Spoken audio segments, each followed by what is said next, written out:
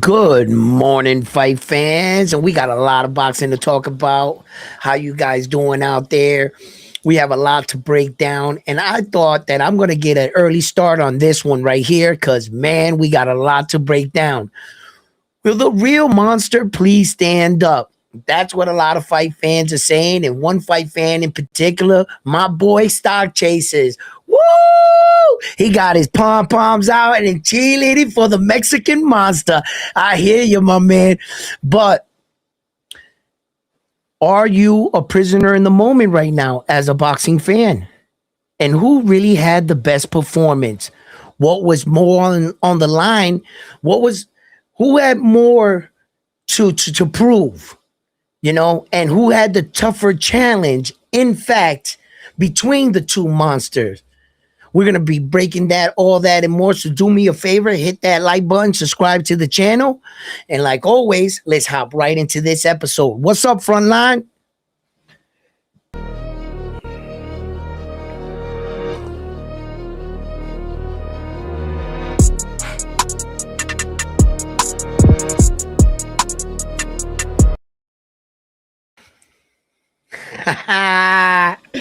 Yeah.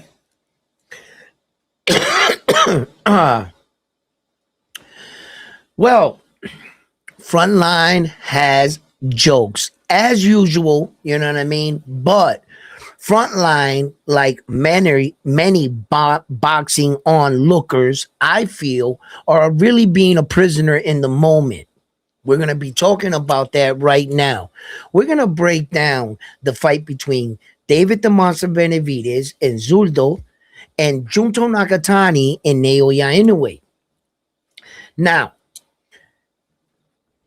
as far as boxing goes, the violence, the knockout, that never gets old. With David the Monster Benavidez going up 25 pounds to fight Zurdo Ramirez at cruiserweight was not nothing to look past. Okay? What he did on that night against Zurdo, remarkable. Remarkable. I'm going to tell you something right now. David the Monster Benavidez proved why he is truly revered as the Mexican monster. He destroyed Zurdo. And what I believe he was not going to be able to do. I told you guys, I did not think that his punching power was going to go up that strong. Although controversy started to break out about these elbows, let me clear something up in boxing real quick. For all you conspiracy theories talking about he threw illegal elbows and that he hit him in the jaw and this and that, look, I saw where the elbow landed. It landed right here. No matter what, it did land. The punch that broke his orbital bone was, in fact, a punch. In fact, it was a punch. And now, as far as the elbow, gentlemen, listen, in every single sport, fouls are committed. In basketball, another basketball player will step on another basketball player's foot on accident. It happens. Somebody in the NFL will cross the line, right? Flag. Okay? Encroachment. It happens. In every sport, a foul happens. What David the Monster Benavidez was doing with his elbows was called framing. He was trying to create space by pushing him off violently. Yes, they're in a fight. This is called framing. And in the act of framing, of trying to veer the guy that's attacking you, you will commit a foul. It's not intentional. It's not like he's like whipping it. No, he's trying to block his punch from coming in. It's a natural movement from David. These are called fouls. When a boxer hits a guy in the balls, that's a foul.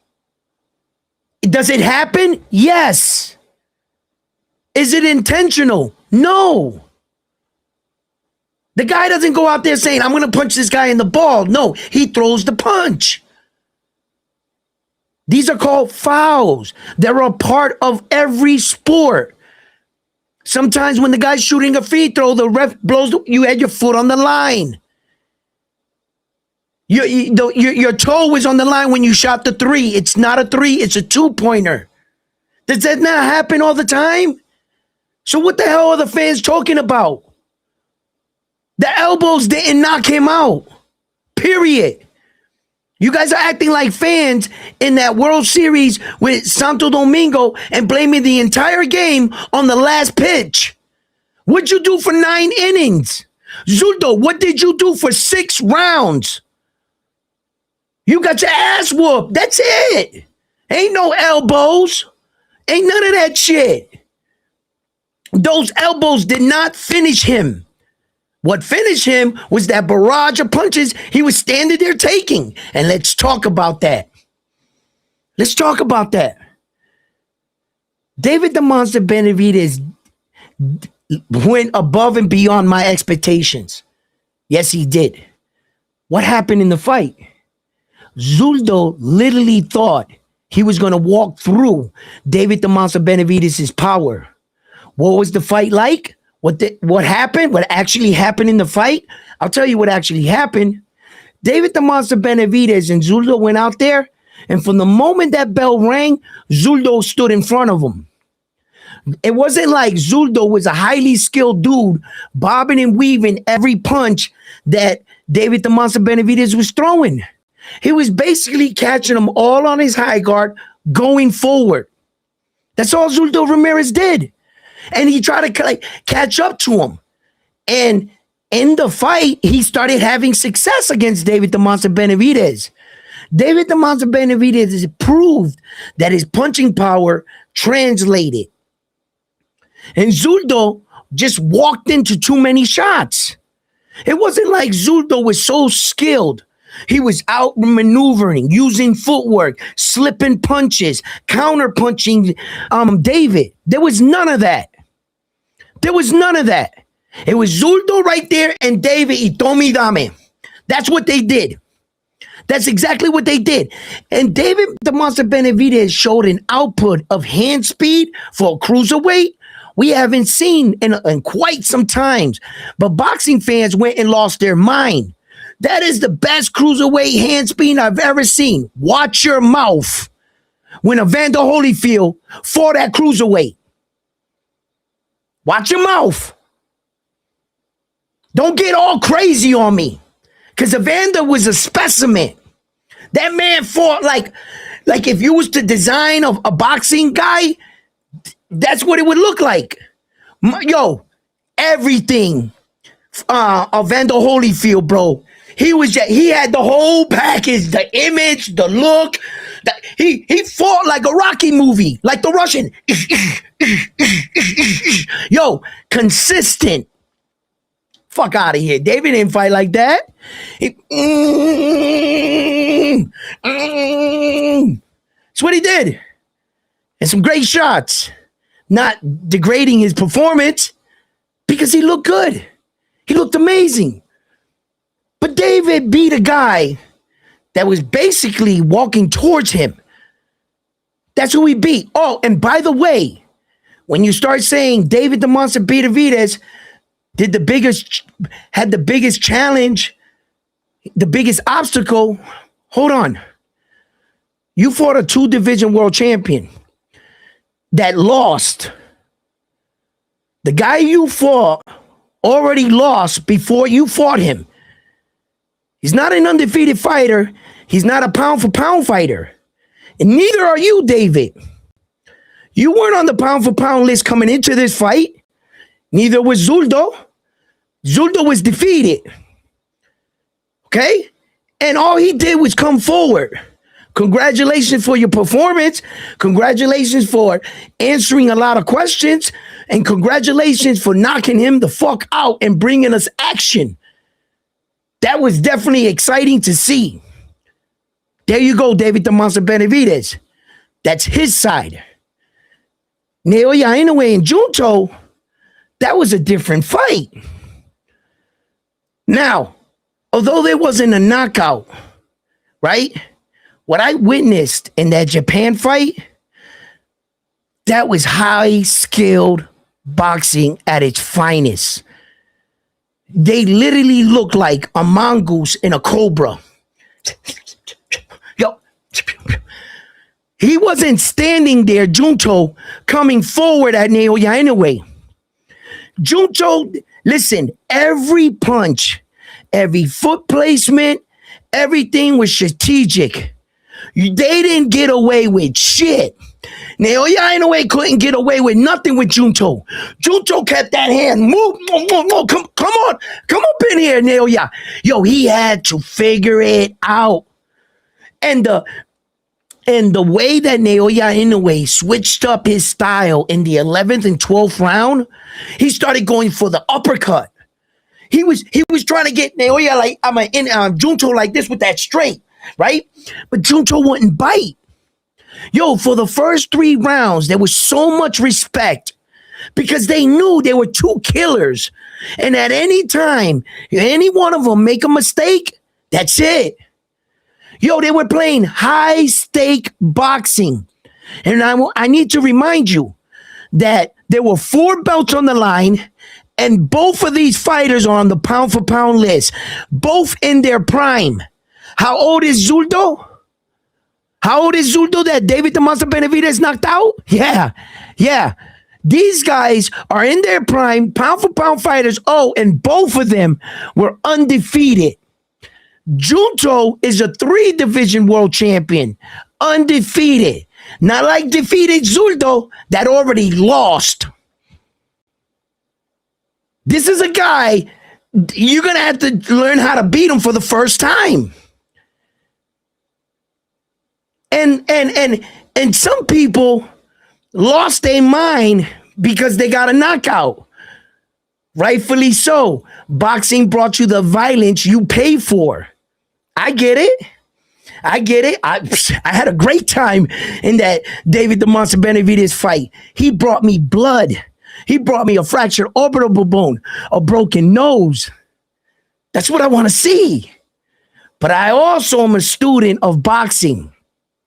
And I also recognize the difficult levels and what that fight with Junto and Naoya Inoue was supposed to look like.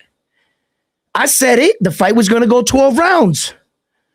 I knew that going into the fight. Listen, they're both too good. You're not just going to knock out Junto. As a matter of fact, no one ever stopped Junto. But somebody beat Zurdo in 12 rounds. They outboxed and beat Zurdo in 12 rounds. Demetrius Bivol. Now, look, did David give you a knockout? Yes. But Naoya Inoue's performance and his difficulty level with the person that was standing in front of him was a lot higher than Zurdo. Junto is way more skilled than Zurdo. And we can't say, you can't use that logic, but these guys are the bigger guys. That logic falls to the wayside when you're saying, how the fuck are they bigger guys if you're fighting guys in your weight division? You moved up to his weight division, you took the fight, and he made weight, you made weight. Junto made weight, Naoya Inoue made weight. They are big guys, Junto and Naoya Inoue. Junto's the biggest guy and the biggest challenge that Naoya had to fight. He might not be the tallest, but he's the most skilled. You understand? These are the bigger guys, the biggest men that Naoya Inoue is fighting. This is his biggest challenge. And you're just going to say, because these guys are taller and they weigh more, then it's no. We have divisions for a reason. You can only judge the fighter for their division and who they're fighting in the same size as them. I can't put Naoya Inoue against David the Monster Benavidez. He'd get killed, right? So you can't view it that way. You have to view it for like boxing. And there's no question in my mind that now Naoya Inoue should get that number one spot. Who can stop him? Just because David the Monster Benavidez beat up Zurdo, that doesn't put you at number one. Shit, that doesn't even pass Shakur Stevenson. Shit, that you don't even pass Bam Rodriguez. Shit, I don't think you pass Junto. I'm not sure. Junto's a 3-division world champion. Even though he lost, he still got 3 divisions. How'd you get your belt, David? Yeah, that's what I thought. I'm not sure if he passes a lot of these guys.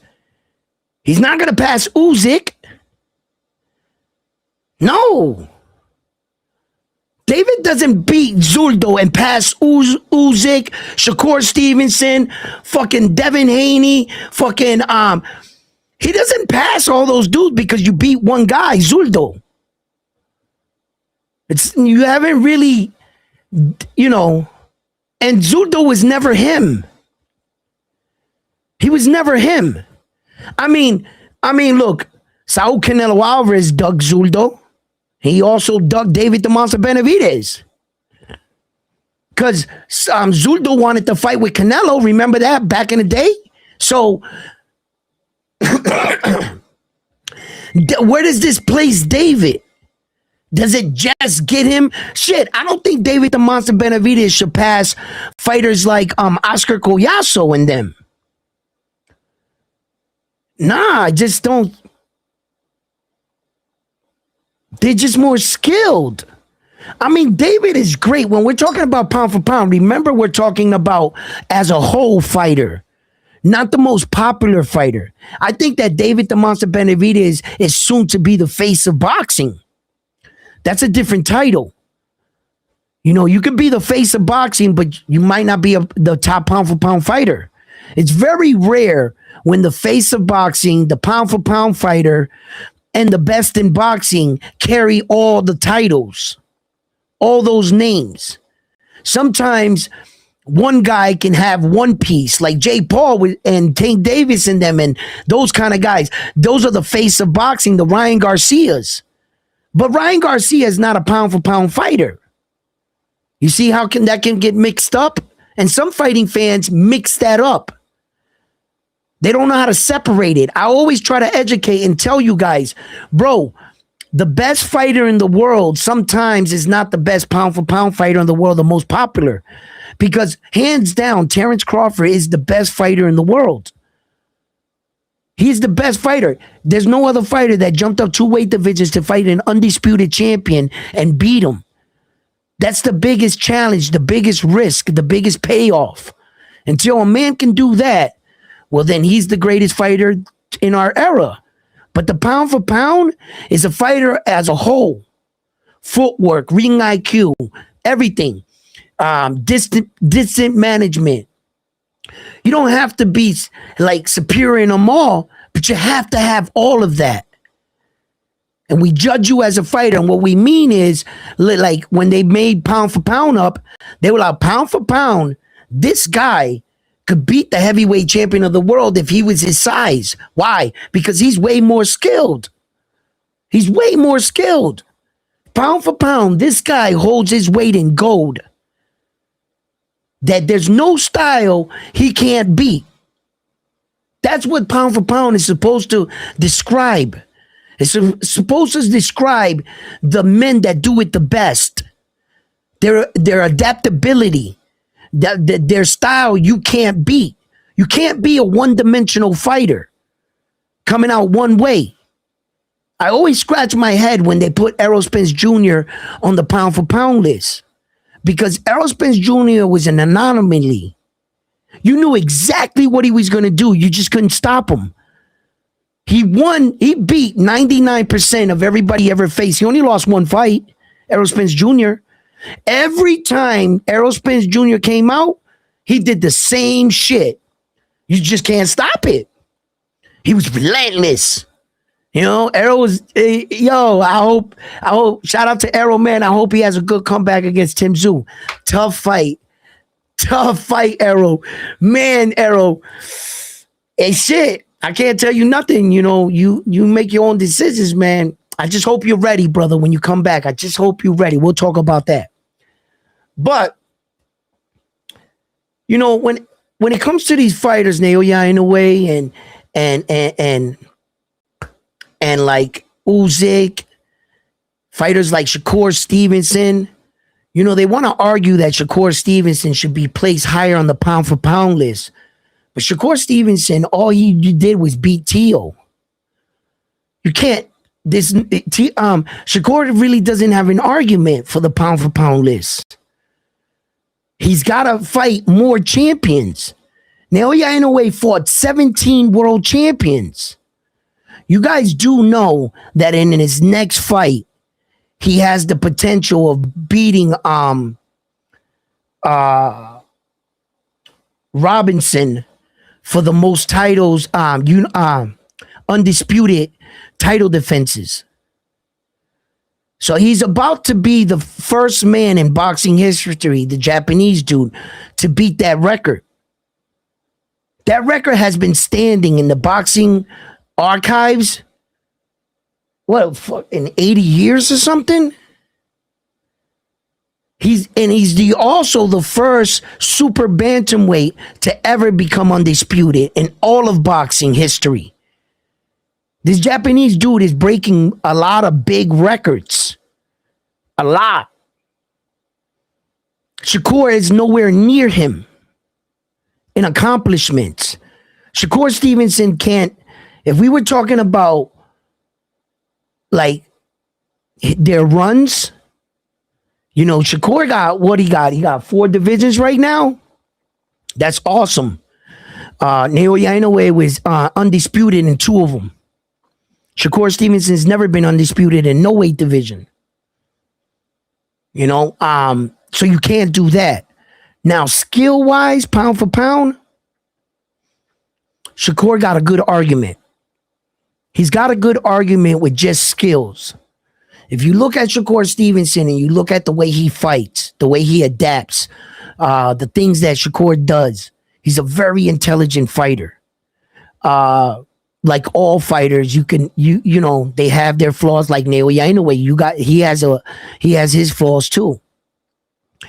And you look at Shakur Stevenson and skill wise, you got to admit to yourself, then that dude can fucking really box, like real boxing. Shakur's smart. He's smart. He can beat you. It might not look pretty. It might not look as the prettiest, but if Shakur wants to, there's fighters, they might not touch him. It's going to be real hard to, you know, and he's gonna outwork you and outpoint you. He's got a gas tank. He's not going to get tired.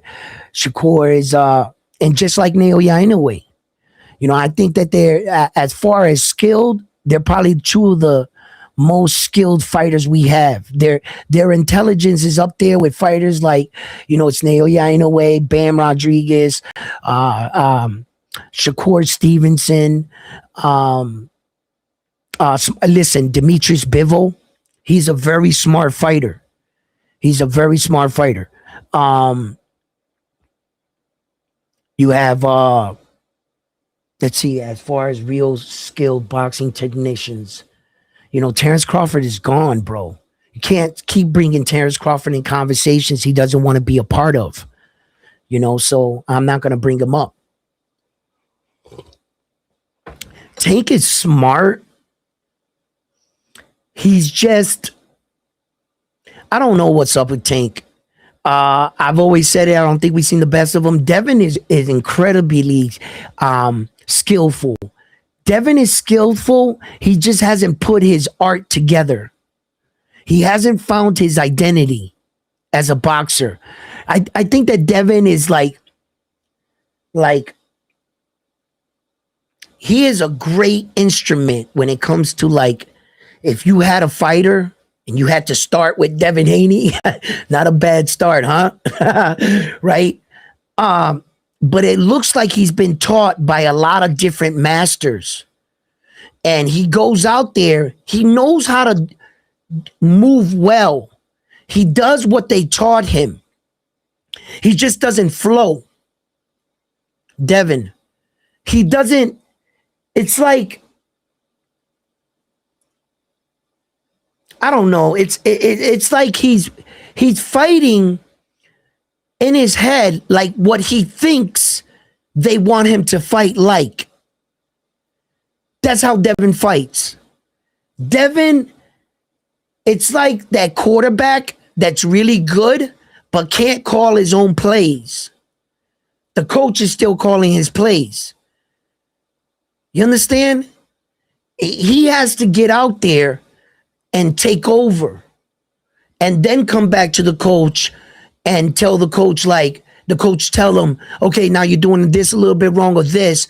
But Devin has to know how to be his own fighter, his own man. He's just doing shit that he was trained to do at a high level, Devin. If you understand that. When I watch him, I could see the skill. I could see the athleticism. I could see, but he just looks like he's doing what, like he's just going through the motions. That's what Devin looks like. It doesn't look like he's coming out there like, I'm fucking Devin Haney. I'm going to whoop your ass, and this is what it's going to look like. Come on, let's go, right? And then, you know how, like, when Tom Brady would come back to the bench, Belichick would ask him, what do you see? Tell me what you see out there. It's like Devin needs to take control of the game. He needs to take control of the game, and he needs to establish himself as a boxer. And that's how I see Devin. I don't see him as a complete package. I see him as a remarkable talent that has all the potential. He just looks rehearsed. When I see him fighting, I'm just like, he looks like, it's like he's not making the decisions. He's doing what they train, which you're supposed to do that, yes. But as a fighter, whatever they teach you to do, use it in your style of fight. Be comfortable.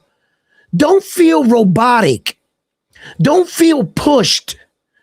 You know what I mean? And when I see Devin, that's kind of like what I see, to tell you the truth. You know? Hey, let me catch up to you, chats. You know, you guys, I be going and frontline. Yo, I fixed the issue, but he's obviously working right now. So my dude, you know, he's not here right now, and you know how I get. So let me go back up. I probably got a lot of questions that are backed up here. A game plan. Yeah. The day Devin was himself, he was knocked out by Ryan.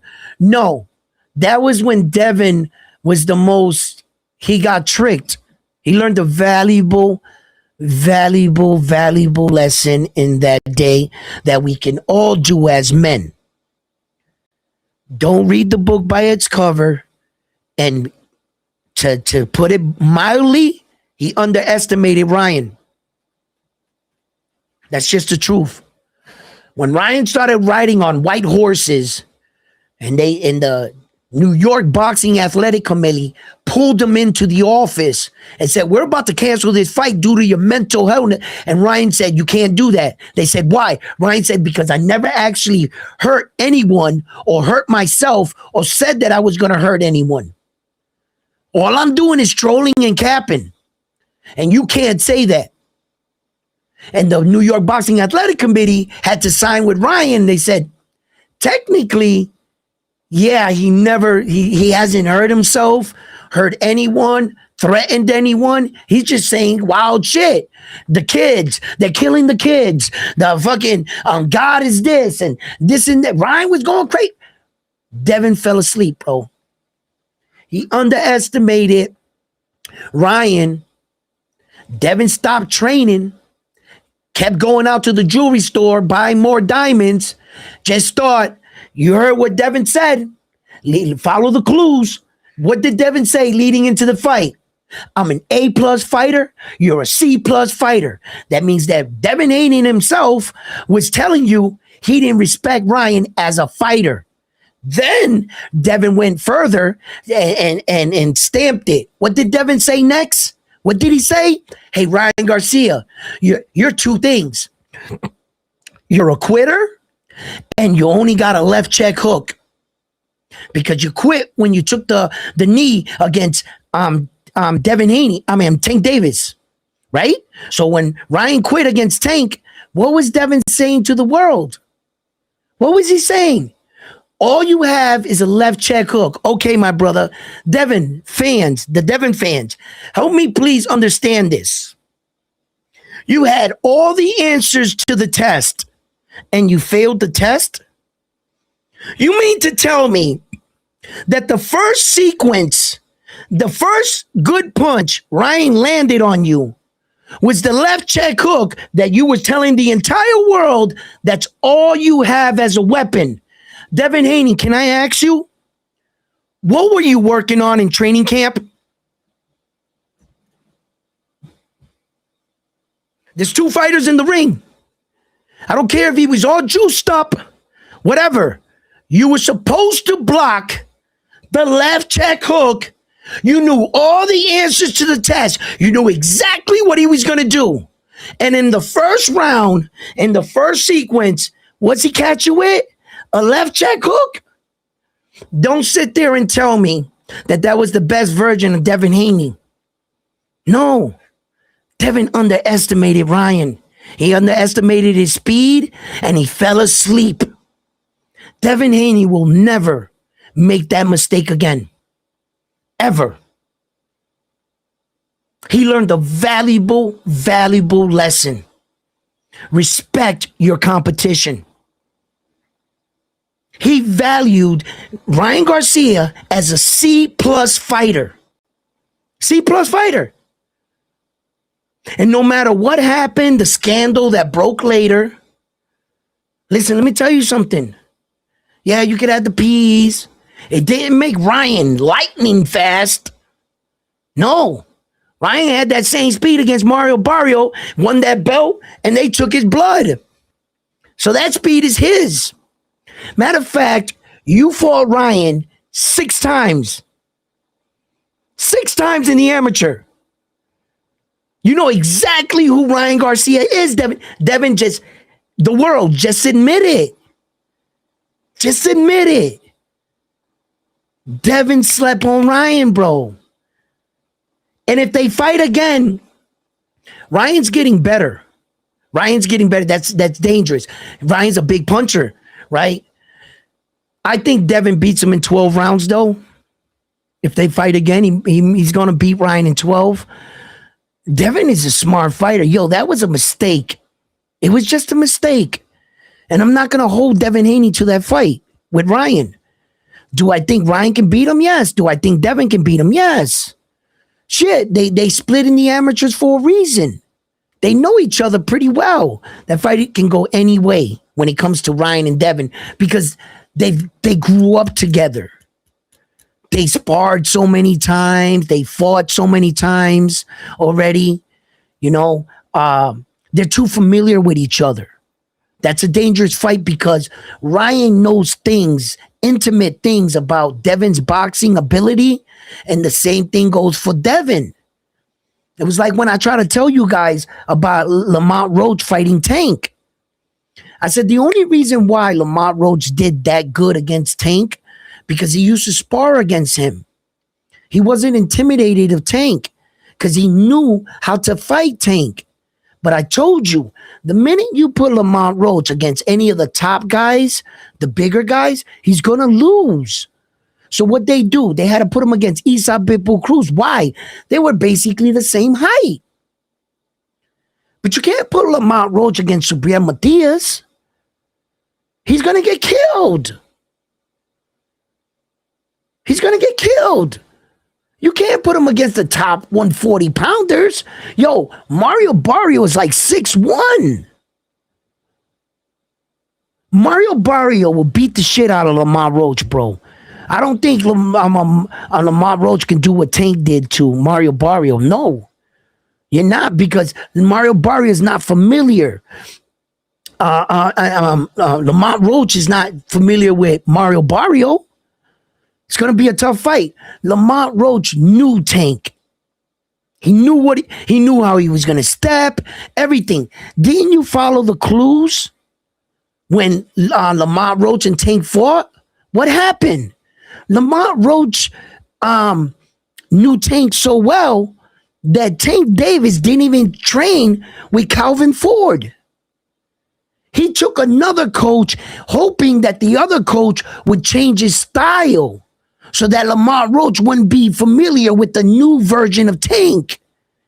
Because the version of Tank Davis that was fighting with Calvin Ford, Lamont knew that Tank. Why you think Tank switched up his coach during that fight? That was the reason. They were trying to change a little bit about Tank so that Lamont wasn't so familiar with him. Give him different looks. And once Tank got hit a little hard, he diverted right back to Tank Davis. That is the only reason why Lamont Roach did that good against Tank. You put Lamont Roach in there with Shakur if you want to. Go ahead. Shakur's going to beat the crap out of Lamont Roach, bro. Lamont can't beat Shakur Stevenson, man. And that's the only guy we really think that can fight Tank Davis. If I'm being honest,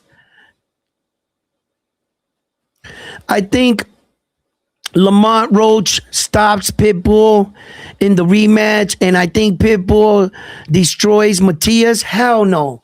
Pitbull can't beat Matias. He just can't. He's too small for Matias. Way too small. Hey, yo, that'll be a mega fight. Matias wanted that fight for a long time. He's been asking for that Pitbull smoke for a long time. And Pitbull was smart to avoid Matias because their styles cater each other. They're both coming forward, right? And all of 5'3", Isa Pitbull Cruz against the same version of himself, but bigger. You know how many times I've seen that? Luis Pantera Nari versus Brandon Figueroa. They're the same exact fighter. What was the difference? Brandon had all the attributes. He was taller, longer. He's the same exact fighter as Luis Pantera Nari. Isa Pitbull Cruz is the same fighter as Subriel. Subriel just got the attributes. He's the better version. Who do you think I think is going to win in that fight? Subriel's going to kill him. He's going to beat the shit out of him, bro. Did you see what Gary Antoine Russell Jr. did? Did you guys saw what Jose Valenzuela did to him, right? Jose Valenzuela beat Isa Pitbull Cruz from pillar to post. Do you really think Jose Valenzuela can beat Subriel Matias? Really? You better rethink that. Subriel Matias will dog walk Jose Valenzuela. He'll make him say no mas. He beat tougher guys on the way to the fight. He come on, guys. Are you guys crazy? Are you guys okay? Leo, let's drink some coffee. Let's drink some coffee, guys. So Isa Pitbull Cruz gonna beat Subriel Matias. Are you okay? All right. You think just because that white dude knocked out Subriel, remember that's the first time Subriel has ever been knocked down in his career. You know what I'm saying? So when he was stopped on the they gave him, I mean, not stopped. He was stopped by the ref. That's what I was trying to say. He was stopped on the ropes and they gave him a standing 8 count to Subriel. He never actually fell down. You know what I'm saying? So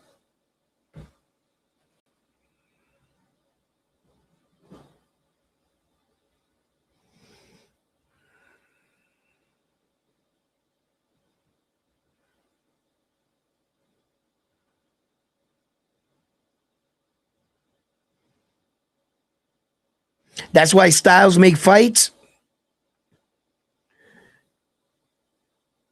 Gary Antoine Russell Jr.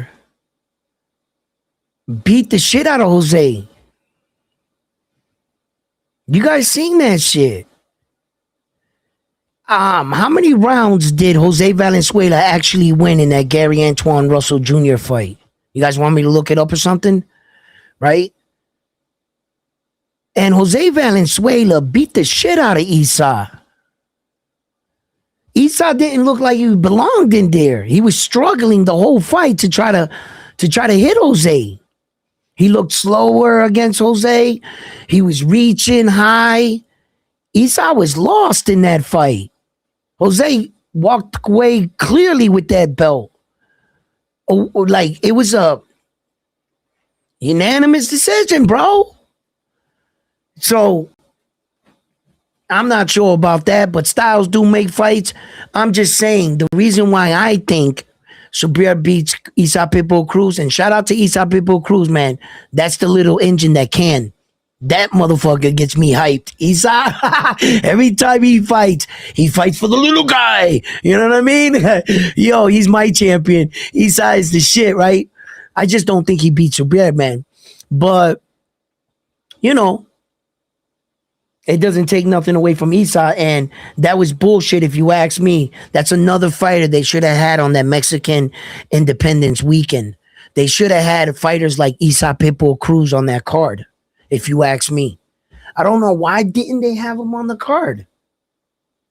They should have used, as a matter of fact, just thinking about it, they should have put him on the fucking card.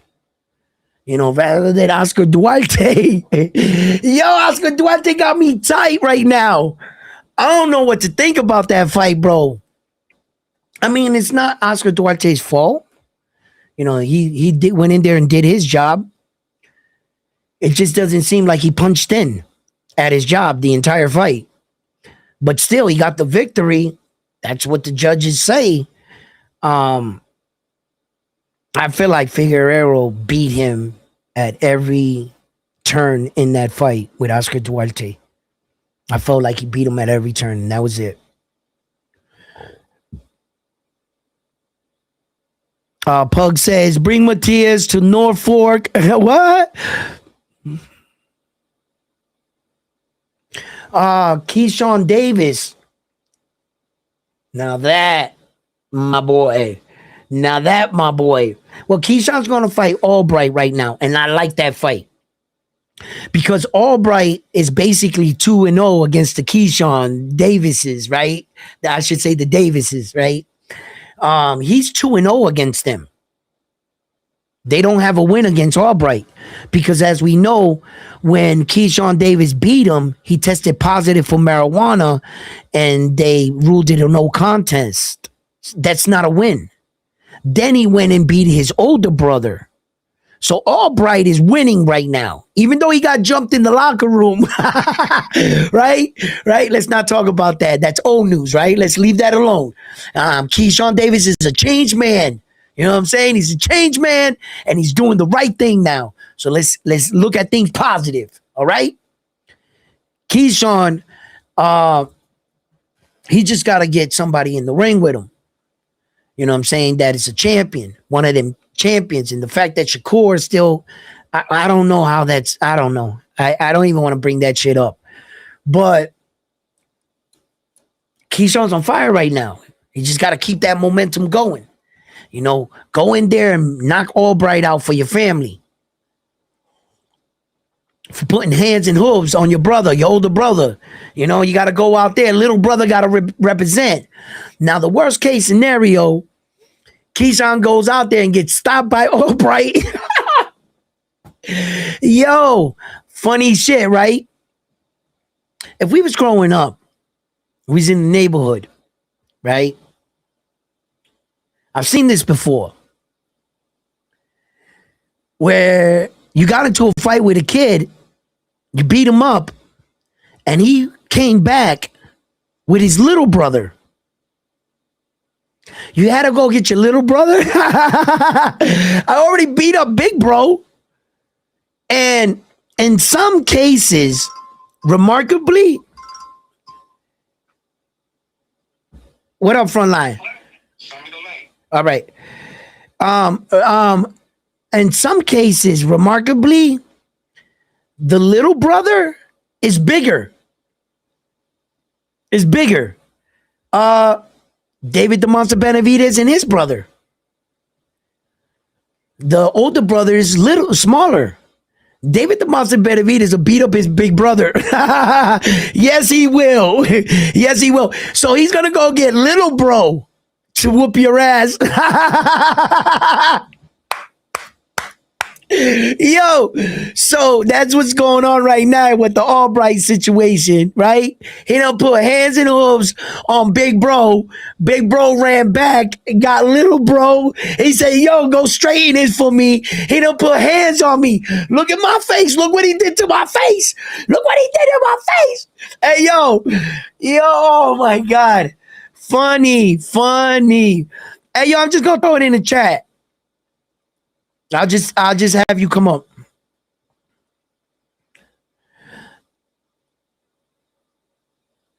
Oh, hold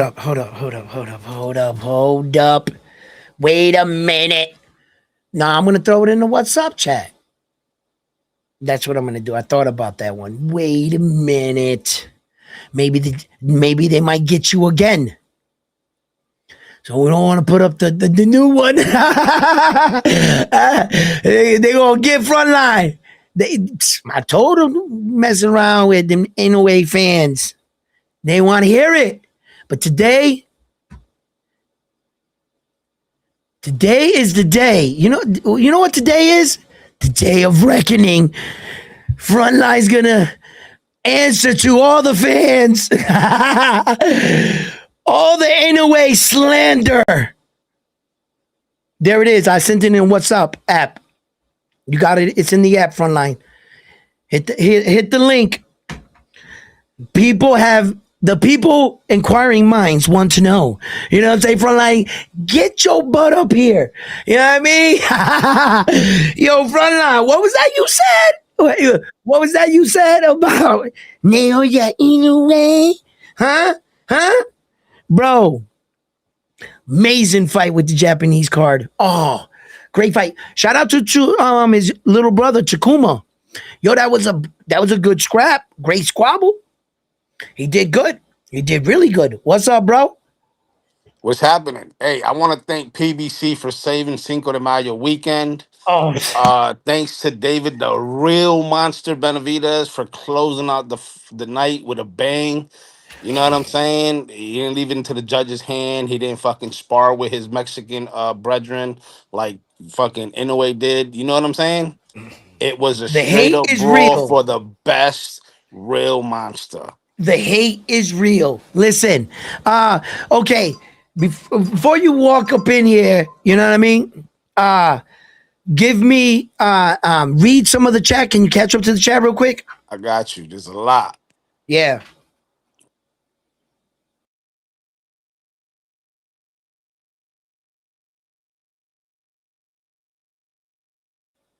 Where you at? Oh shit. Let's throw this up here. My man with the $5 super chat, first super chat of the day. What's up? Can we get Keyshawn Davis versus Edwin De Los Santos? Keyshawn is ducking that for some reason. Styles make fights. Edwin De Los Santos is the type of fighter that is a big risk, low reward type fight. He's a big puncher. And he definitely knows how to fight. He's a good counter puncher, in fact. He's a better counter puncher. When he fought Shakur Stevenson, that's what happened with Shakur. Recognized that Edwin De Los Santos wasn't doing too much, and he was doing even less. And Edwin De Los Santos just stood disciplined all night, waiting for Shakur to come in, and that was one fighter that got a hairy trigger. His reaction timing, like his twitch muscles, are real snappy. That's where he's the strongest, Edwin De Los Santos. And Shakur read that early. He couldn't take a chance. He caught him with somewhere in that round. He must have caught Shakur with a shot that Shakur was like, fuck that. And Shakur was like, no, you come in. He was like, no, you come in. No, you come in. No, you come in. No, no, no, no. Come on, come on, come on. No, no, no. You stay in that. Come on, come on, come on. And that's what they were doing all night. They were trying to frustrate each other. Who makes the mistake first? As soon as Edwin De Los Santos would have broke character, he was going to sleep. Shakur wasn't going to play with him because if he crossed the line first, Shakur was going to hit him with everything he had because that's how dangerous Edwin De Los Santos is. You see what I'm saying? And Shakur Stevenson 100% told Keyshawn Davis, his little Call of Duty buddy, bro, stay away from that man. If you don't have to fight him, if he doesn't become your mandatory, where you're obligated to fight a fighter like that, then just don't fight him. Why should you take that risk? It's kind of like when they said Floyd Mayweather, why don't you fight Paul Williams? Why would he take that kind of risk? He's making millions and millions, and he's an up-and-comer. Do your own shit. Become your own Floyd Mayweather. But you're not going to use it off me because I'm going that way. Sometimes some of these fights, but that's why I admire fighters like David the Monster Benavidez. He's always been chasing some of the top guys. Every guy you can say, this guy avoided me or he was ducking me and you didn't get, so far, every guy that said to David the Monster Benavidez, you're ducking me, avoiding me, he turned around and said, what? Beat the shit out of those dudes. He beat the crap out of them. Yo, shout out to David the Monster Benavidez, man, for really stepping up and giving that kind of performance and giving the Mexican fans a fighter to believe in. That's all they wanted. The Mexican fans, just like any other boxing fans, just like me, we just want to believe in one of our guys. Somebody that's like you. Is that wrong? No. It's pride. And I'm never going to let nobody else make me feel shame for being prideful. I can be pride and respectful. Go ahead, Frontline. Pug says De Los Santos wanted to keep that fight last year, but his team canceled. His team did him a disservice canceling. De Los Santos not staying at 35 forever either. If they run it back, De Los Santos will still have to fight Keyshawn at 40 or higher. Last year, VA State Commission rehydration cap fight night is 145. Didn't I know De Los Santos went to Sufa. That we know. But my question is, didn't he look like shit in that last fight he had in DR? Who? De Los Santos. Oh yeah, he went back to DR. He looked like shit on that card. He looked That's the like he same was fight on that card that Mini Pac-Man. Pac-Man was on. Yeah. That he got booed out of the ring. Yes. That was the same fight card that when De Los Santos was on, right? On Sean Boxing. Yep. Right. He didn't look that great there. But when Edwin De Los Santos, I don't read too much into that because he's at home. Too many, he's living the life up there. And the thing is that when he comes to United States, though, he always looked good. Shout out for Edwin De Los Santos for being the professional on that night against Keyshawn Davis. Because although Keyshawn Davis had the belt that night, he was not the professional. So much, in fact, they took his belt, almost put charges on the man, and took away the key from the city. What a fall from greatness on one night. Hey, but if that's true that Virginia has a 145 rehydration cap on fight night, that might be a good thing. That'll keep boxers and shit disciplined. But 5-pound rehydration clause, that's in hard. Different states, they have different rules. In different states, they don't acknowledge or honor different rules. Like you can go to some countries, they enforce the 3 knockdown rule. And I think they did away with that in boxing, like overall. But I hear that in certain places, I forget what cities or countries, they're still implementing it. Then there's the argument with fighters being able to wrap their hands, and in some countries you can put tape on skin. When you go to Las Vegas now, I looked it up, you can't do that. No, you got to put gauze. It's against the law to do that. So you can fight in California, Texas. In Texas, they don't tolerate marijuana. And I think they just overturned it. I'm not sure. I got to go look it back up. I know a lot of states have overturned that. So if you're a boxer and you pee and marijuana comes in you, they won't take your fight away like they did to Keyshawn Davis. Because Keyshawn Davis should have that win over Albright. Weed is not a performance enhancement drug, but neither is cocaine. And they still took David the Monster Benavidez' belt now, didn't they? For outside recreational use. You are a professional. These are the rules. This is what you signed up for. This Hey, is your life. You Tremble, gotta I play know by these rules. Tremble. I know you're new to the channel. Welcome to the Mama family. But listen, you about to trigger Edwin with that one. What'd he say? He said Japan allows you to wrap your hands with crazy shit. Wait, crazy. Okay. Okay, check it out. Check it out. Sometimes, I hear things and I say to myself, wow, that guy almost said something. Almost said something. He almost Almost. It sound like, oh shit, he might be onto something.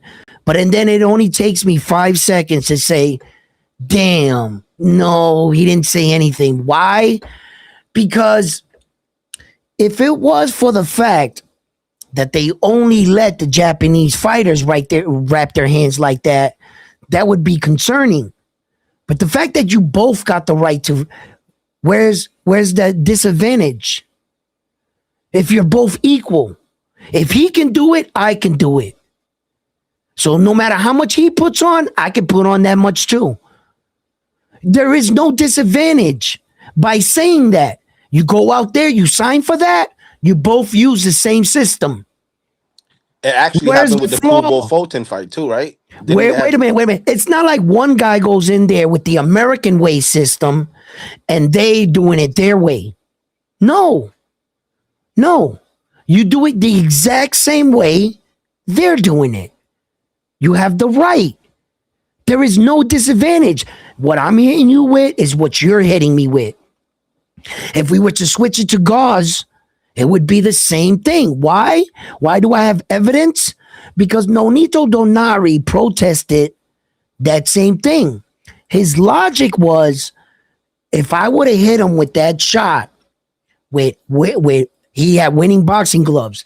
Remember, Nonito Donari had the same tape stack as Naoya anyway. His argument was he was wearing winning boxing gloves. They got more padded and they're designed for big punchers, right? So he said, I want to take away the winning boxing glove and put horsehair Reyes gloves, because if I hit him with a horse glove, right, hair glove, I'm gonna knock him out. The problem was, in his calculation, he didn't calculate. Now you're putting him in horsehair gloves. You're taking away the winning gloves that were padded, that was actually protecting you from some of his punches. He didn't do the math. He forgot to put things into the equation. As soon as Naoya Inoue hit him, boom. He now he knew he fucked up. Oh shit. I put him in horsehair gloves now. What if he hits me? So when a guy comes up and says, Japan lets you wrap your hands, you almost said something. Almost. Hey, Trevor, you ain't gotta apologize. This channel, you speak freely. Nobody blocks you. None of that shit. You can speak your mind. I love your questions and keep them coming, brother. Thank you for being on the show. He said people in Japan, when they take their gloves off, it looks like they got a whole nother knuckle. Chile says, Stop right there. Stop right there. Please, my boy. Please, my boy. My dude. Just go back to the David the Monster Benavidez fight. After the fight, look at his hand wraps while he's talking on the microphone. Take a picture of it and come back here. Matter of fact, read the chat. I'll do that for you. If you're gonna start talking like that, you gotta have something to back it, bro. That no other fighter's doing it. You wanna do this? Okay, hold on. Wait. I told you, Trouble. You struck a nerve. Okay, hold on. Whoa. You're gonna start calling my boy a cheater. Hold on, we're gonna do this thing. This is what Trevor wants. This is what Trevor gets. Yo, Chili says kickboxer rapping style. Shredded glass on the raps. Laughing emoji. Mio. Shredded glass on the raps, kickboxing style. That Van Damme shit. Yeah. Yo, go ahead. Mio says there's a disadvantage when one fighter. Damn. Where did it go? Oh, here it goes.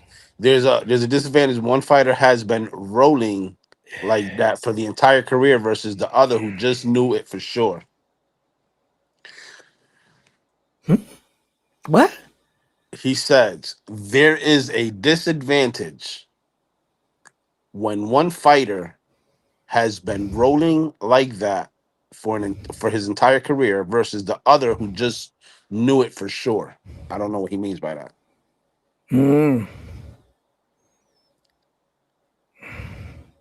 Tremel says, I heard about that as well. That is facts. They still be using horsehair gloves. I think that's what it is. Max LOL. Carcast says, hey, round one. Shout out to We Fight All Night. David looked like the real pound for pound number one on Saturday, not in a way. Facts.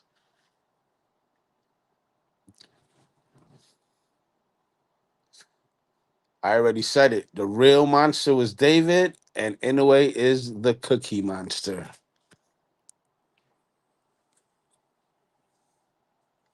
Hey, Tapia's in the building. You know you're gonna pay for all that shit talking while I was typing with the mic off. You know that I'm over here silent and you're over here talking your shit. You're gonna pay for that with your boy and your little fucking. Don't worry, I got you. I'm reading the chat. Keep talking. I'm reading the chat. Yeah, you're reading the chat. Nothing, huh? Let me go back here. Let me see. Hold up. Pug says I gotta answer one thing at a time. Okay, check it out. Go ahead. Okay, we're gonna get. I'm gonna pull it up right now. My man. Hold on. Let's go. We here now, right? Here we go. This what do you say? All right, while you share that, Atopia says Japanese food for choo-choo. Japanese food? For shoo-shoo. For shoo-shoo? The problem is he doesn't know how to use the chopsticks. That's gonna be takeout for shoo-shoo. He doesn't know how to use chopsticks. Look at David. To my man that said Naoya Inoue's hand wraps look like different knuckles. Brother, every why you bringing up bullshit? Why you on the planet, hand wraps look like that. Don't say these like, hey, frontline, se me calla. Listen, watch.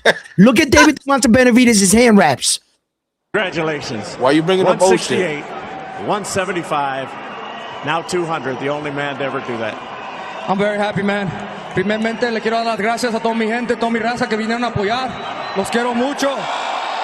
Eso. Monstro!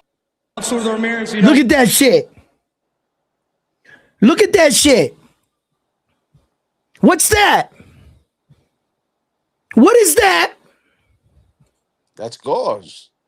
Look at the size of that shit.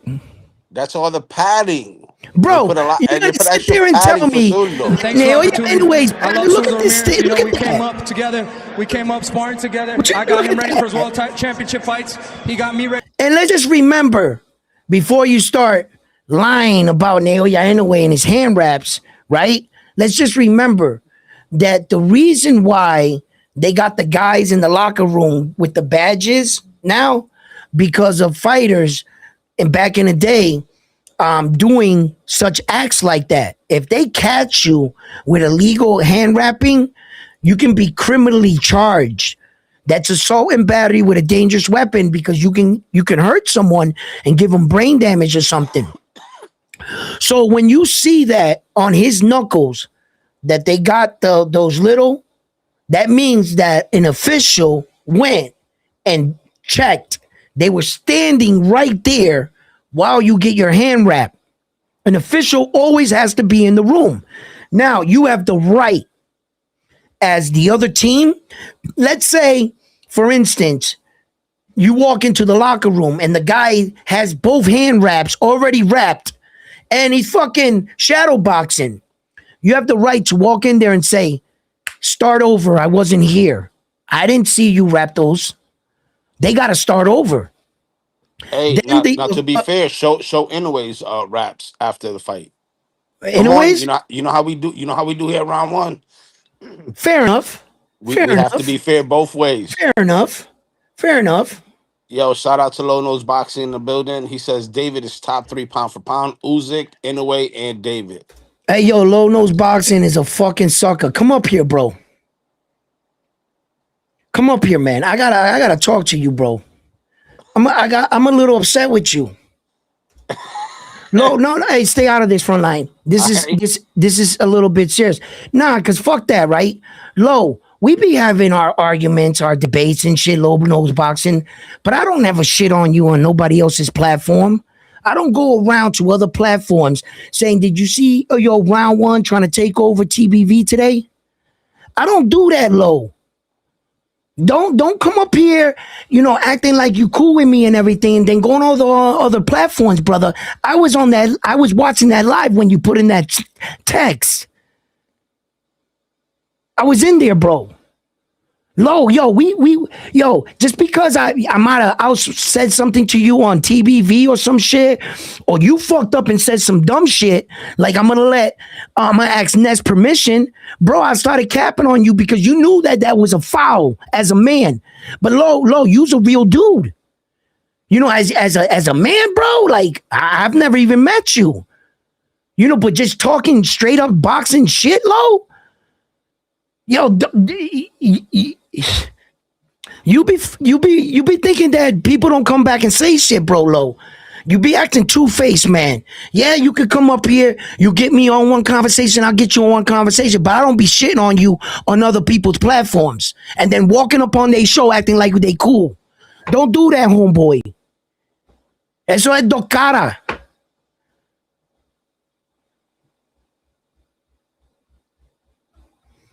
Read the chat.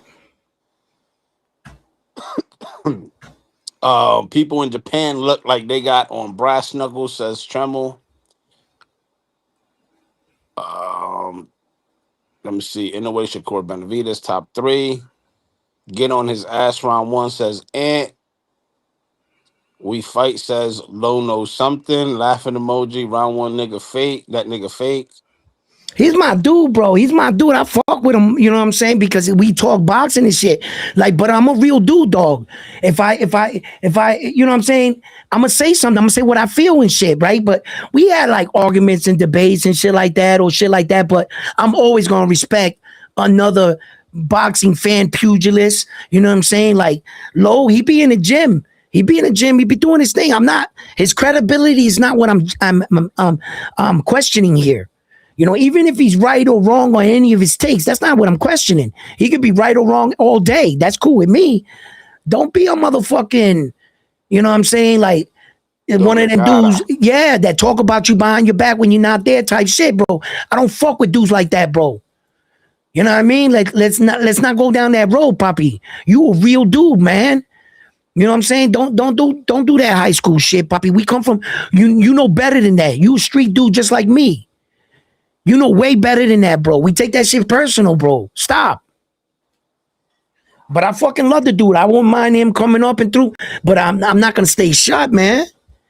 I had to say something to him. What up? Read the chat, dude. What up? I got you. We fight, says Inoue raps be thicker, low What up? key. Inoue is really another stuff. Benavidez just got his first unification. Inoue raps be thicker. It's hard to say. It's hard to say because it. I would have to compare him on how he gets him wrapped in Japan versus when he fought in Vegas, like against Caldenas and shit like that. Just to make a comparison, because I don't know if they use the same rules for rapping and shit like that. But yeah, low key on some low key shit. Yeah, Yo, Ino- yo, yo, I'm sorry. I broke it up too. Check this out. Remember when Two Tone went and made that video and he was saying that Terrence Crawford was at the Naoya Inoue fight and that he was falling asleep and that he was so much like not entertained with the fight, right? Okay, check this out.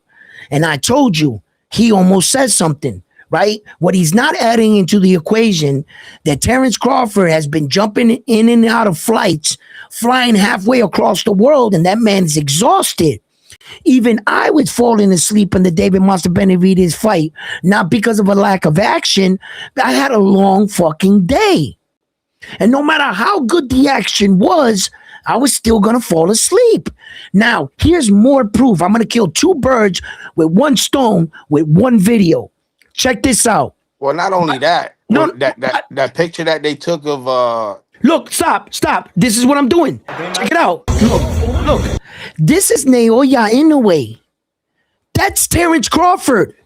Naoya Inoue fought in Japan on the same day as the David Monster Bennett, and then Terrence Crawford was at that fight. How do you think he got there? Teleported? He got on a plane for a 13-hour ride. Do you understand? This man has been traveling from the U.S. to Japan. 13 hours to be there for Naoya Inoue. After that fight, he's going all the way up to fucking David the Monster Benavidez and them. It's like, look, Terrence Crawford was already doing a lot before this. But another thing is, look at Naoya Inoue's raps. That's what we wanted to do. And because of the fact that Terrence was actually in this picture at the same time. yeah, but you can't compare them like that because that's before the fight. After the fight is when they sweat, the gauze swells up and shit, flattens out. It does two things at the same time. What do you mean? What are you talking about? Oh, because after the fight, Because when you're fighting, so wouldn't that be the fattest? Right now would be the fattest. Right. Because it's untouched, unfiltered.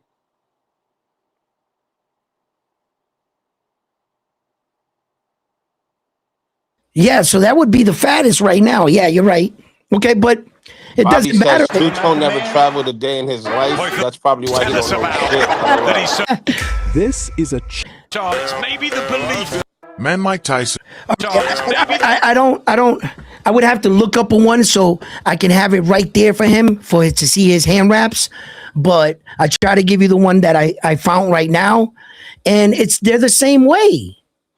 Trust me, they're the same way. The wraps are, and it's not like Junto was not allowed to wrap his hands the way Naoya Inoue wrapped his hands. They both had the gloves they chose, because you guys know the night before the fight, the trainers, the boxers, they all come down and they put in the request for their gloves and they put them on a table. They have a selection from the manufacturers that are making the gloves that are sponsoring the event. And the fighter will go down to the table and he'll pick gloves that they put on the table. They're brand new in plastic. You take the glove out, you put it on, you go like that. You try on a whole bunch of gloves. You could try on all the gloves on the table if you want. Once you pick a set of gloves, you let the official know, these are the gloves I want. You take them off. They take the gloves from you. The official takes them. They mark, these are the gloves he wants. Boom, boom. They take those. They take the other fighters. The night of the fight, they bring the gloves to you. Your trainer and everybody brings your tape, your gauze, everything you got to bring. The official comes in with the badge. He hands over the gloves to your guy. You sit in the chair. They start doing the procedure. The whole time, they got to watch you. Do you ever notice round by round in a boxing match, there's a person, sometimes it's a girl, sometimes it's a man. They got like a dinner suit jacket on, a smoking jacket type shit jacket on, right? It's usually burgundy. It's usually like a burgundy color. And that person is all up in your grill in your corner. Notice the coach is in front of you, giving you water. Whatever comes your way, that person's like this. They're making sure that they're not putting no rub on steroid or trying to like give you something to boot. There's cheating going on. You know what I'm saying? So that official watches you. Same thing when you wrap your hands. That dude is like this. Every layer of tape you put on, he's like that. Like, hey, Tremel, I got what you said on that same shit. comment, but I you call him anyway. I call him ain't no way. Naoya ain't no way.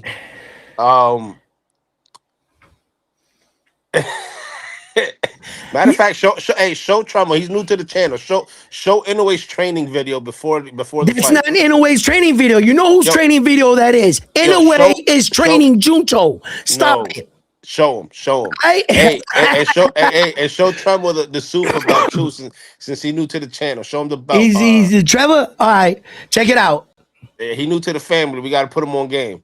Yeah.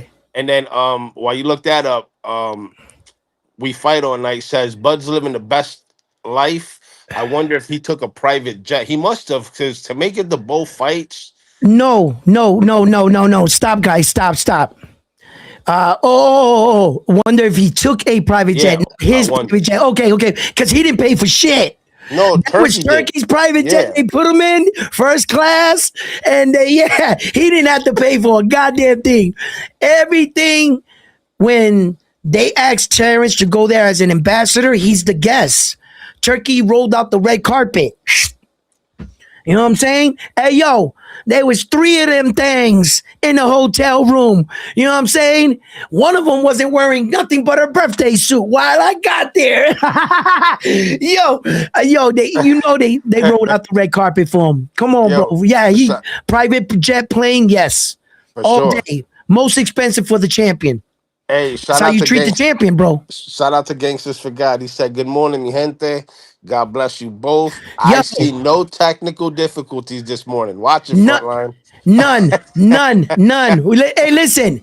We actually have footage of Junto Nakatani training, live footage, and the guy that's holding the pads is Frontline. If you don't know, he's actually wearing a Naoya Inoue shirt. He's a true Naoya Inoue supporter on the low, but he wants to act like he don't like him. Look at this is Junto Look at the Cookie Monster. Look at the Cookie Monster. For Naoya Inoue. Check it out. Check out his footwork. Japanese fighters. This is Ain't No Way. Ain't No Way. Don't mistake him with Inoue. This is Ain't No Way. Look at his footwork. Look at those combinations. Deadly repetition. Hey yo. This is, look at the speed. Look at the timing. Look at right here. Look. He's getting serious, ladies and gentlemen. Look at this. Look at the accuracy. He doesn't miss. Now watch the footwork. Now watch the footwork here. Whoa, you saw that step back? Yo, that step back is nasty. Look at this. Yo, the pad work is ridiculous. Yo, that is Ain't No Way trained by Frontline. Hey, yo, Frontline. You know what I'm starting to notice about you, Frontline? Oh, God. You know what I've noticed about you? Here we go. Your name is Frontline because you're an habitual line stepper. You cross the line all the time, bro. I create the line. Nah, you're an habitual line stepper, bro. That's what you are. Yo, your name suits you well. Yeah, I'm trying to tell you. Yeah, that footwork crazy, right, Bobby? Footwork. That is keen footwork. Amazing.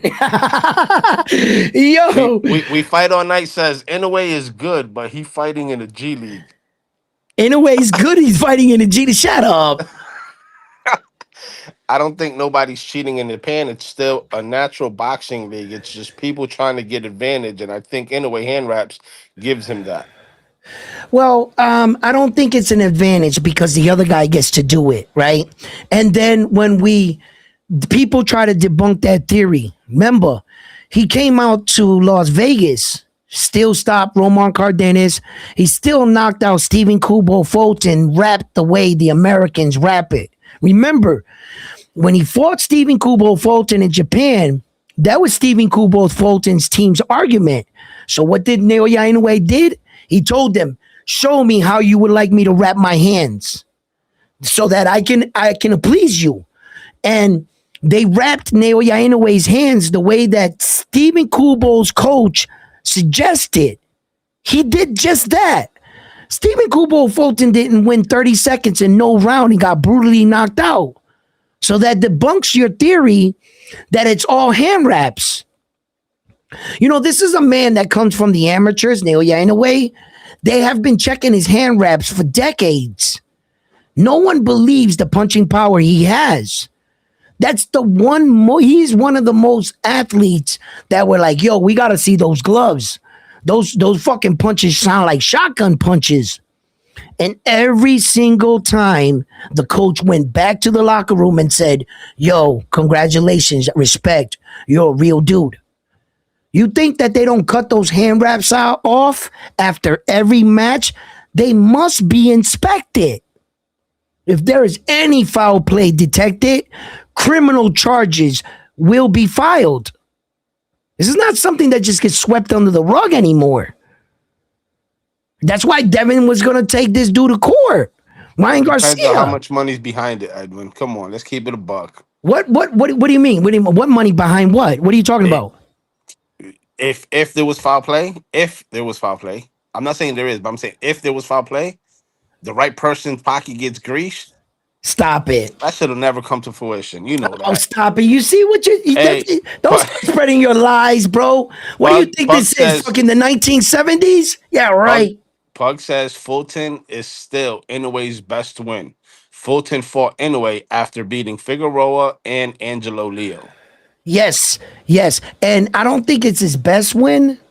Fulton's not his best win. I think that Junto is actually his best win. You know what I'm saying? Now that he beat Junto, unless you were talking before that, I'll give you that much. Hey, let me ask you this. That's when he was a 3-division world champion, undefeated. And Junto is also a unified, as well as Stephen Kubo Fulton. So I think Junto might be the bigger. And then remember, Nonito Donari is a 4-division world champion, surefire Hall of Famer. So, and Junto's going to the Hall of Fame. Nonito Donari is going to the Hall of Fame. And how many Hall of Fame fighters has Shakur Stevenson ever fought? I'll wait. What was the question? I'm sorry. How many Hall of Fame fighters has Shakur Stevenson fought? I'll wait. I'll be right here. How many guys can you actually say that they are fighting actually Hall of Fame fighters? You understand? There's not a lot. Tank Davis only fought Leo Santa Cruz. That's the only guy I see on his resume going to the Hall of Fame. Only one. No, Tank Davis? Tank Davis fought Leo. Leo's going to Hall of Fame for them 3 divisions, bro. And that running. Yo, he fought Mario Barrios. Mario Barrios not going to Hall of Fame. He fought Pedraza. He's not going to the Hall of Fame neither. Let me see who else he fought. Frank the Ghost Martin. He's not going to the Hall of Fame neither.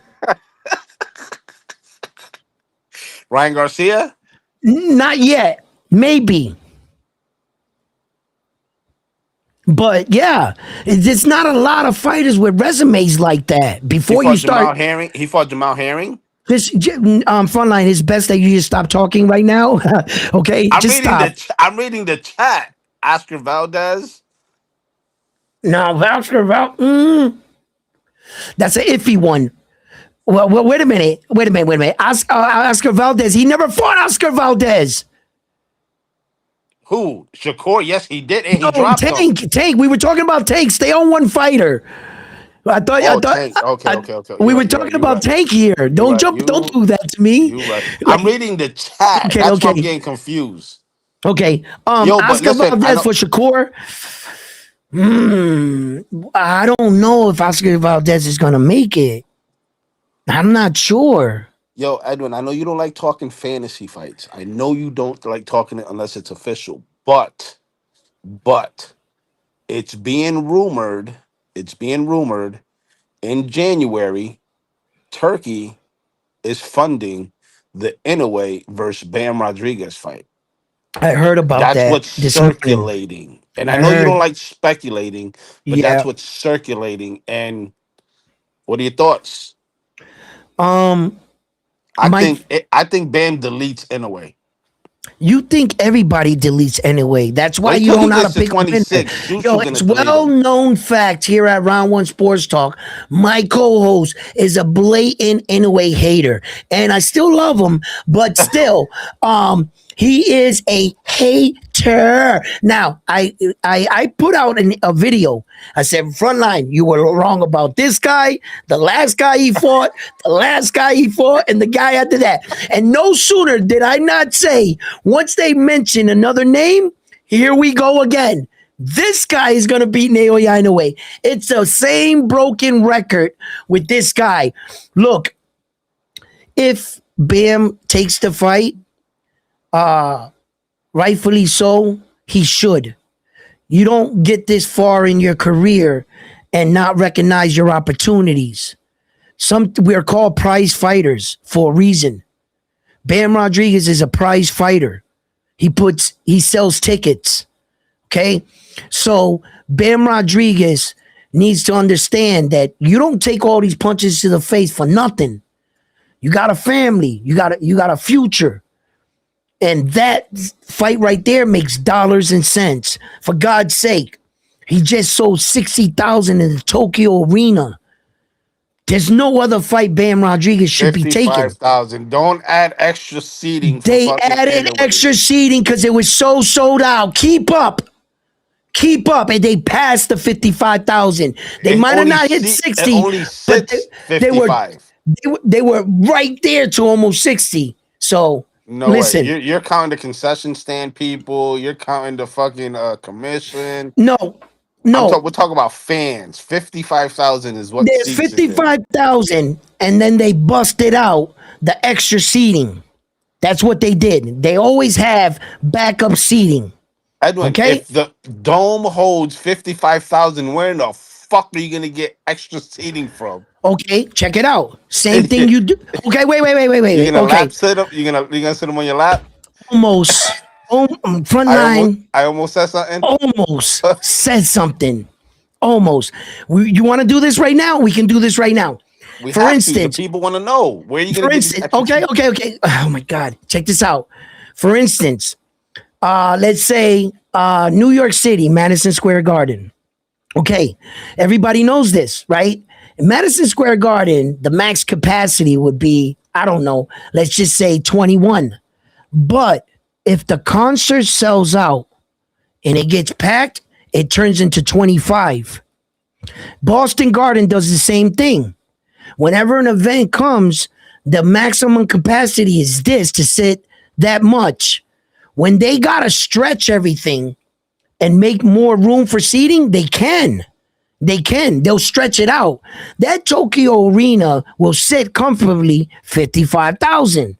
But if you want us to bust out the extra rows, they're going to bust out the extra rows. They're going to take the seats and put them right in the aisle, going straight right and making another row. There's another 75 seats right there, another 75 there, another 70, and go all the way around. They do that at every event. I get what you're saying, because if you think about it, like in a restaurant, the max capacity, let's say it's 155 people. Right. There's plenty of room to seat more people. Of course. Yes. I get that. Every business does that. But if there's a max capacity, Matter of fact, we're going to look up the numbers right now. But if there's a max capacity, there's a max capacity for a reason. You just contradicted everything you just said. No, I get what you're Shut up. I get what you're saying, but what I'm saying is, What you're if saying there's a is you max want to argue for the capacity, sake of arguing. I get that's it, it. Frontline. Are you in an argumentative mood Look, today? Hmm? no, no, Is it no, that no, no. time of month I on think I'm getting the Naoya in a way? Yes, I think shrimp it out of you. is. I'm getting Yo. the shrimp, the allergic reaction to shrimp right now. Yo. But listen, no, all jokes aside, though, seriously, Bam needs to get a fight in at 22 before he fights Inoue, in my opinion, to get acclimated to the weight class.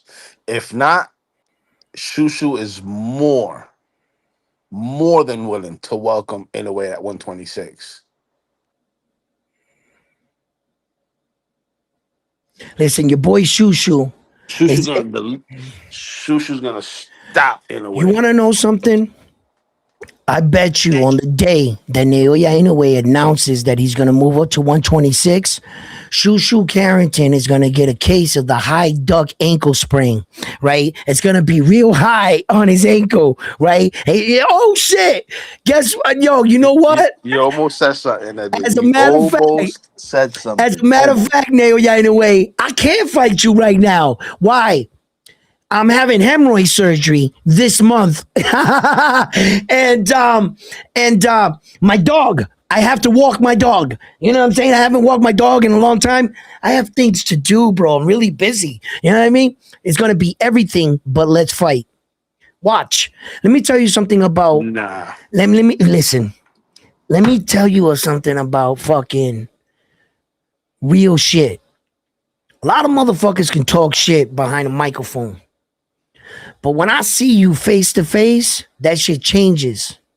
That shit'll change, bro. I guarantee you. Some people keep the same energy. They about that life. Not everybody, I'm not saying everybody backs down. Hell no. They about that life. They gonna keep that same energy. But when Gerard Boots Ennis was talking hella shit to the champion, Terrence Crawford, what happened the day Terrence Crawford walked by him and the world was watching and everybody was recording? That motherfucker was quieter than a church mouse. Jerron Buchanan was on his phone like this. Hi, champ. Hi. You had a lot to say about me. Terrence walked by like a real one. Terrence was like this. Terrence was like, and his presence, he ain't got to talk shit. Hey, Fee Terrence got is jokes about today. that life. He was like, Hey, Fee got jokes today. Says yo, it's Bruce Sushi. it's Bruce Sushi Sushi. Carrington after Monster I deals with like him. that name. It's got a ring to it. It's got a kind of like a ring. You know? Yo. Bruce is gonna say Inoue. No, he's gonna say Naoya ain't no way beating me. I feel That's what like he's gonna say. what do you say? I feel like the Bam Rodriguez got the same power as Inoue. He don't care about no hand wraps. He said he willing to go to Japan. Yeah. And check it out. Japan's where the money's at, guys. That's why Stephen Kubo Fulton went to Japan. He's no fool. That's why He what Chulo goes to Japan. they That's why. weren't gonna pull that kind of money in the US for these little guys. You gotta understand, these guys are 126 and down. America really, everything is bigger in America. We want bigger watches, bigger chains, bigger asses, bigger you know what I'm saying? Everything is bigger. The big man does not respect the little man. The What's little your man super always belt, got to Edwin? do twice as hard. What's your Listen, super belt? in fact, just to prove that all the money's out there, where you think Luis Pantera Nari and John Casimero is fighting? Luis Pantera Nari is Mexican. John Casimero is Filipino. Why they ain't fighting in the Philippines? Why they ain't fighting in fucking California? You know where they're fighting? In Japan. In Japan. That's where the money's at. Well, that's where they're Japan making is the like card Las at, Edwin. Vegas for those bantamweight dudes. Right now, Japan's on fire. What's Yeah, up? Go ahead. that's why Oscar Collazo has never done a main event here in the States. He's No, always going overseas because that's Vegas that's where for it those sells. little guys. You know why? Because of one fighter in particular, Naoya Inoue, the monster, the real monster. Yo, listen, The Cookie Monster, I got you. what he did was some Michael Jordan shit. Who the hell was the Chicago Bulls before MJ? Who? MJ, that's why I love MJ. Because MJ took a team that was nowhere and he brought them to the promised land. That's a real dude right there. He did that for Chicago. Naoya Inoue took the bantamweight, all the bantamweight divisions, and raised it up. The reason why you know fighters like Bam Rodriguez is because of Naoya Inoue. You The almost reason why said you know of something, Junto Edwin. is because of Naoya Inoue. You almost said something. The Almost. reason why you did all, listen, there is no reason why we would know any of these fighters if it's the only fight in the bantamweight division is Naoya Inoue. Name me one bantamweight fighter that's getting paid over $1 million for his fights. I'll wait. The only way you're making that money, Stephen Kubo Fulton made his biggest payday fighting who? Naoya Inoue. Everybody made their biggest payday fighting who? Naoya Inoue. He's the money train. He's Saul Canelo Alvarez. He's Tank Davis. He's Ryan Garcia, all wrapped into one. And although they don't want to give him his credit because of the bigger man complex, the glamour divisions, it's no secret. The glamour divisions are from 130, 135, 140, 147, 154, and the heavyweight division. Hey, what do you think about Most what We watched Fight divisions. says? We Fight says Inoue Nakatani only did 500K buys. I'm sure if he fought Bam in Vegas, it does more buys. It could. But Bam, listen, like for instance, I think the reason why it did so low and the Bam fight in Vegas would do better is because of the time schedule. We're not getting up at 5 a.m. You know what I'm saying? I think that definitely hurt it. Yeah, you're right. That definitely hurts the viewing audience at that early in the morning. Yeah. But you put that fight in Vegas with Bam Rodriguez, it's gonna make a lot of more views as in pay-per-view buys. But I'm not sure if you make enough money at the door like you would in Japan. You would. You know why? Because you got to learn how to. You would have to stack your card the right way to make it make sense. Yeah, well, maybe now his star power is getting even that much more, and a fight with Bam will be more viewable here in America because Bam Rodriguez is an American fighter, an American Mexican. So he's viewed in America. They know him. The Americans know him, and the Mexicans know him. So, yeah, interesting situation. I don't know how they'll play that out, but as of right now, everybody that fights Naoya Inoue is saving Bruce Carrington's life. Because everybody that steps in front of the bullet for Bruce Carrington, that way he can hide more at 126. Because he don't want that smoke. He knows he don't want that smoke. And Frontline knows it. You know what I'm saying? So wait, who don't want the smoke? What do you mean who? You sound like an owl. Who? You know what I'm saying? Who? Yo, who don't want the smoke though? Yeah, who? That we're gonna call Frontline who owl. You know what I'm saying? The who owl Frontline. Shushu's welcoming. Huh? Shushu's welcoming Inoue to 26. What welcoming? Don't you believe it? Listen, guys, remember one thing. Hey, yo, hold on. You act like a fighter never trolled a cat before. What did Richard Hitchens say about every fighter out there? What did Teofimo Lopez say about every fighter? Yeah. Oh. Yeah. I've seen that before. Listen, you almost said something. You're talking about a duck. You're talking about a duck. Who's a duck?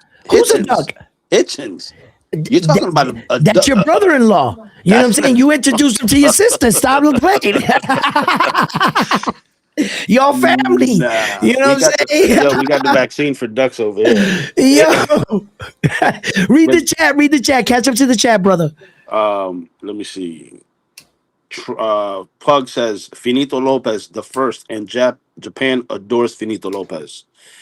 Tremel says Bam Rodriguez made his own lane in America. The Latino and African American community love him. He's levels above Inoue in America. If they fight in, we fight all night says, if they fight in Japan, USA ain't buying into that. Only hardcore fans. Pug says, Inoue Nakatani was included in the Zone Ultimate or regular? Question. Yes. Yes, it Clarissa says, was. people outside of hardcores, no one knows Inoue here. We fight all Everybody night. knows anyway here. I'm sorry. A lot of people. Listen, if no one listen, I'm gonna debunk all that bullshit. That's what they trying to tell you. Why don't you guys go back and look at my channel? Just look at my views, my channels. Bro, I got almost 12,000 live views with Naoya Inoue. What are you guys talking about? What is that guy talking about? Just him. No one knows Naoya. No, the world is starting to wake up. The last stream that I did with Naoya Inoue, I got 14,000 live views. Over 300 likes. What are you there is no fighter I have streamed. Shakur Stevenson, Tank Davis, all of them has never viewed me for 14,000. So what is this guy talking about? Carry on. Please read the chat.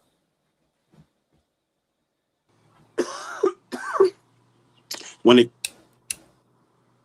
where did I leave off? Oh, okay, here we go.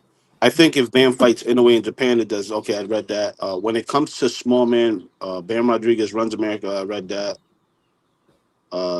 Dixon Bitchins, that says Pug. Damn, why is it jumping like that? Oh, here we go. I'm sure Shushu would fight Inoue. It will be a great match. Us Towers, we fight all night. That's what's wrong with New York. We never back our own city. Yeah. Dixon Bitchins, talking about Richardson Hitchens. Oscar put on that Joker face, had African scared. Listen, Africa was scared like a motherfucker with Oscar Duarte. Yo, You when Oscar pussy. When Duarte he did said you a that Joker pussy, face, that he you a pussy. smiled like a sinister killer. Yo, fucking Richard hit the stage left. He He caught the thought duck the flew fire. quick. He caught that duck flew quick. What'd he get? A high duck sprain Yeah, he ankle? got the duck. He got that. Yo, shout out to All Facts for that one. That shit had me in tears. Tower says Mayo, el mes de los monstruos, all monsters. Yo, listen. Precise Yep, go ahead. says people don't know Inoue. Carcast, haha. YouTube isn't just USA. Says we fight. Yeah. Hardcores know Inoue here. Go outside and ask anyone if they know Inoue. Says Clarissa.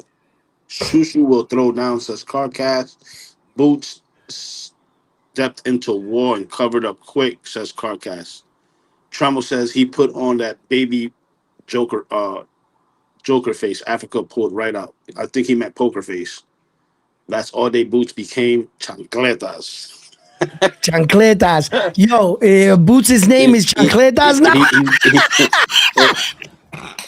Hey, you got to be careful, Chicago Killers, because your peoples are already claiming them for the Zayas fight. Y'all Yo, check claiming this them out. Check as this out. botas. Let's talk about that for a second right now. That Xander and Jerron Busen and shit. Yo, Puerto Rico, stand up. Don't, mira, believe in Xander, guys. Believe in Xander. There's even Puerto Rican channels out there and Puerto Rican dudes. And shout out to you guys for speaking your mind, you know, and your real truth and what you believe. But what I'm saying here is this. I saw this.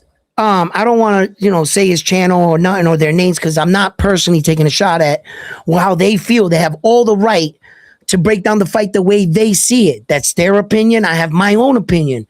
But what I'm saying is what they said was that the reason why Xander has no chance, and they gave Xander, and I mean no chance, zero. They said zero. Actually, they actually said that he can beat Jerron Butenis. He said, why? Why do you say that?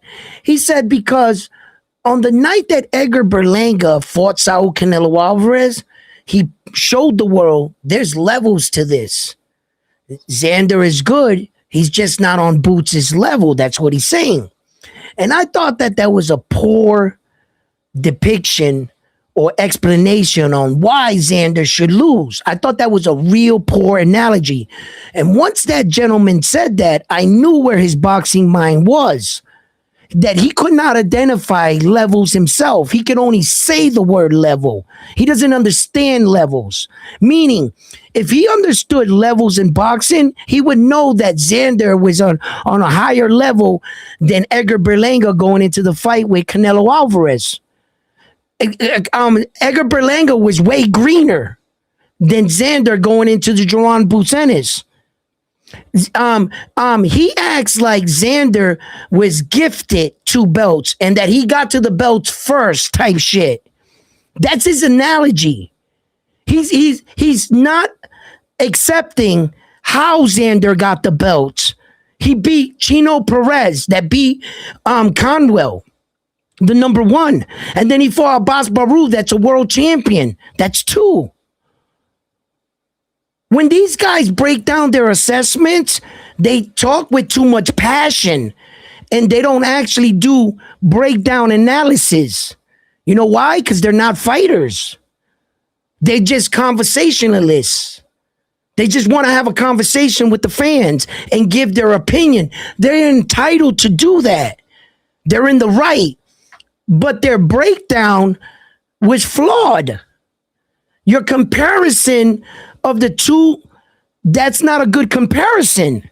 They're not taking nothing in consideration. Nothing into consideration. Xander to Zayas is way more fundamentally solid, has better offense, better footwork than Edgar Berlanga going into that fight with Saul. Edgar Berlanga got rushed to the top. He went from down here to the fucking biggest fight of his career for 4 belts. They rushed him in there to get beat up by Canelo. He was a sacrificial lamb. He was way out of his league. That's not the Xander Boots situation. In fact, hold on. In fact, the Puerto Rican dudes that were shitting all over Xander, that were talking about this shit, in fact, they never broke down or talked how defensively, fundamentally flawed Joran Boots and his fighting skill actually is. You do know that Joran Boots Ennis's main entry is one move. Level change. A level change. He level changes, snaps the jab, comes around the fighter, or he level changes and comes forward. That's what he does. And he crosswalks to the guy. He makes horrible fundamental decisions staying in the pocket. Joran Boots Ennis, his fighting style, I'm telling you, you know what's wrong with Joran Boots Ennis and a lot of the fans? They can't get over the fact of his flashiness, his athletic ability. Exactly. They can't get over that. They think they're confusing that with real boxing. Xander, he's not a flashy guy. He's like a throwback fighter, right? He does everything, like tries to do it the correct way. Like Xander, he's starting to learn his identity as a fighter too as well. Like Devin, like I talked about. Xander is kind of like in that weird place too. But Ja, and all you Boots fans, keep thinking that Xander ain't got no power. Keep thinking that. No. Look. I just think, Xander could lose this fight, rightfully so. I'm not saying all this, that this spells a recipe for Xander beating Joran Boots Ennis, but at least I'm alerting the fans of what's actually on the line here and at stake. And what just in case you want to put your hard-earned dollar on this fight, like, remember, I don't gamble. So I'm never pissed off if one guy loses or wins because I lost my money. The next day, these guys hop on and they got all the excuses in the world. Why? You lost money. You're emotional. Take your gambling ass over there. See, I have no ties to none of this, but I'm smart enough to identify, wait a minute. That's a poor description. You're taking two, and by the way, Joran Boots Ennis is no Saul Canelo Alvarez.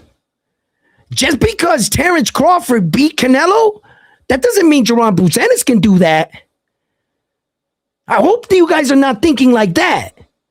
Just because one guy did it doesn't mean another black American fighter can do it just because he's flashy. If that was true, Jamel Charlo should have beat Canelo Alvarez. Now, shouldn't he have?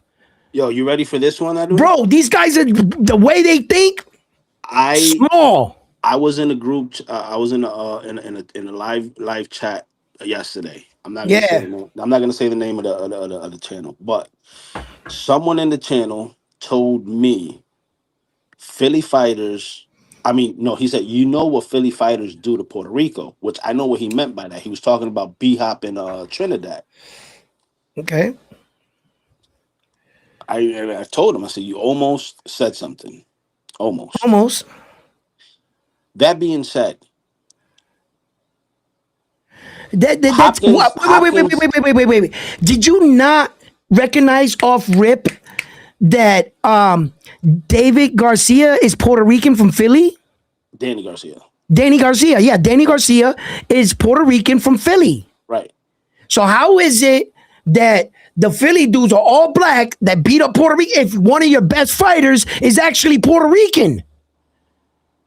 And the other dog from Come Philly, on, bro. Make it make sense, bro. Gabe Rosado's from Philly. He's not. But he was never a world champion. He didn't do enough like Garcia. He was never a. He was a dog. No. But one of your best fighters with more accomplished is a Puerto Rican.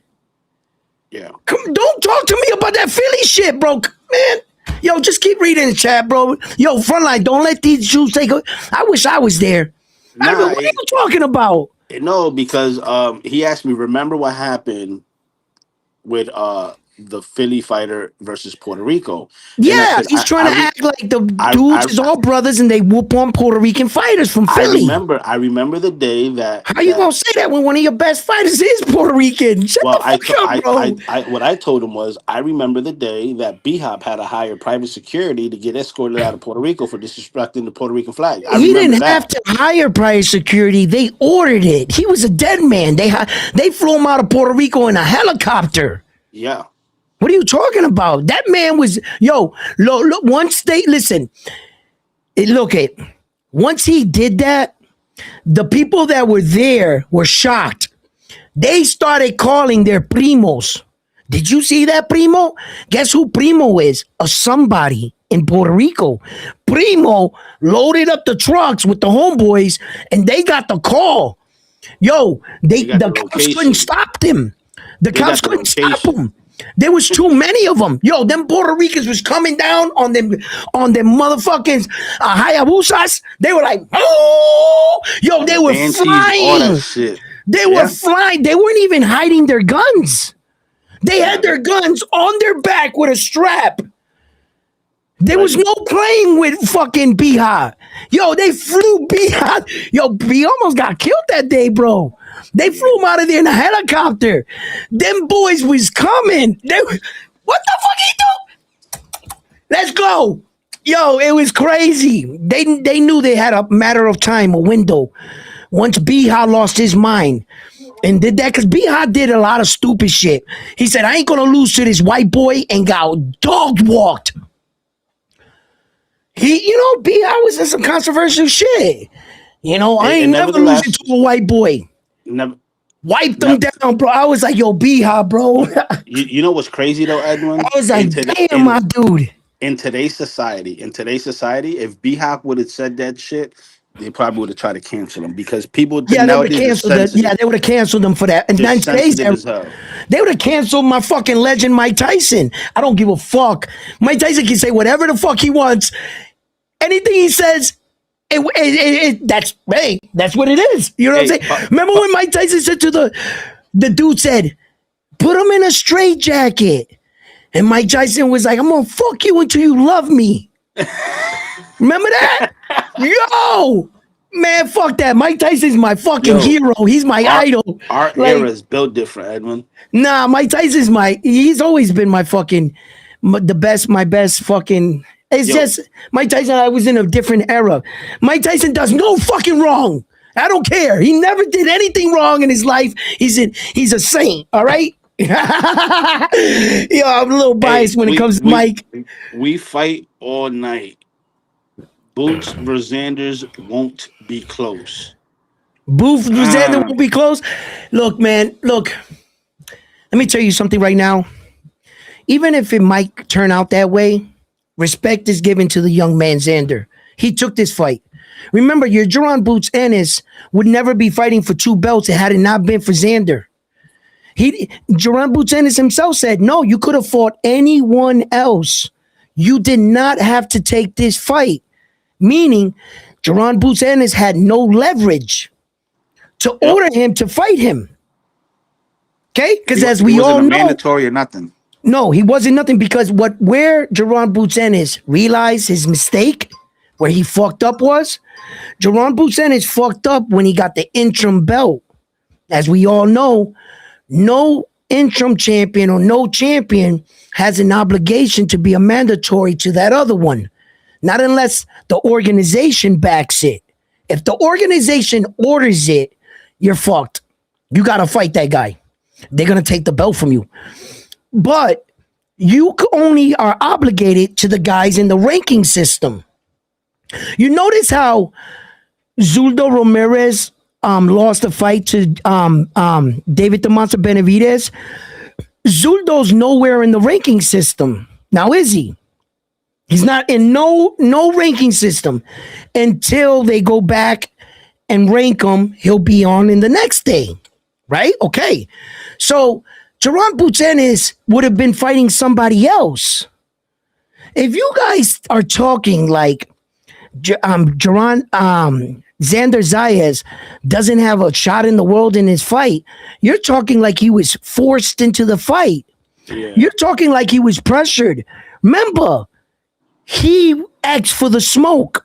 They say, Xander, who do you want to fight? Oh, did that negotiation fall out between Virgil Ortiz and Jaron Boots Ennis? He said, yeah. He tapped him on the shoulder. Hey, Jaron, yeah, what are you doing, buddy? You want a shot at 2 belts? Yeah? Starstruck. Yeah? He can't believe Xander standing in front of his face. I said, yeah, I'll fight you. Well, Xander made it clear in the interview that they asked him, why did you take this Boots fight? He said, because I want to challenge myself.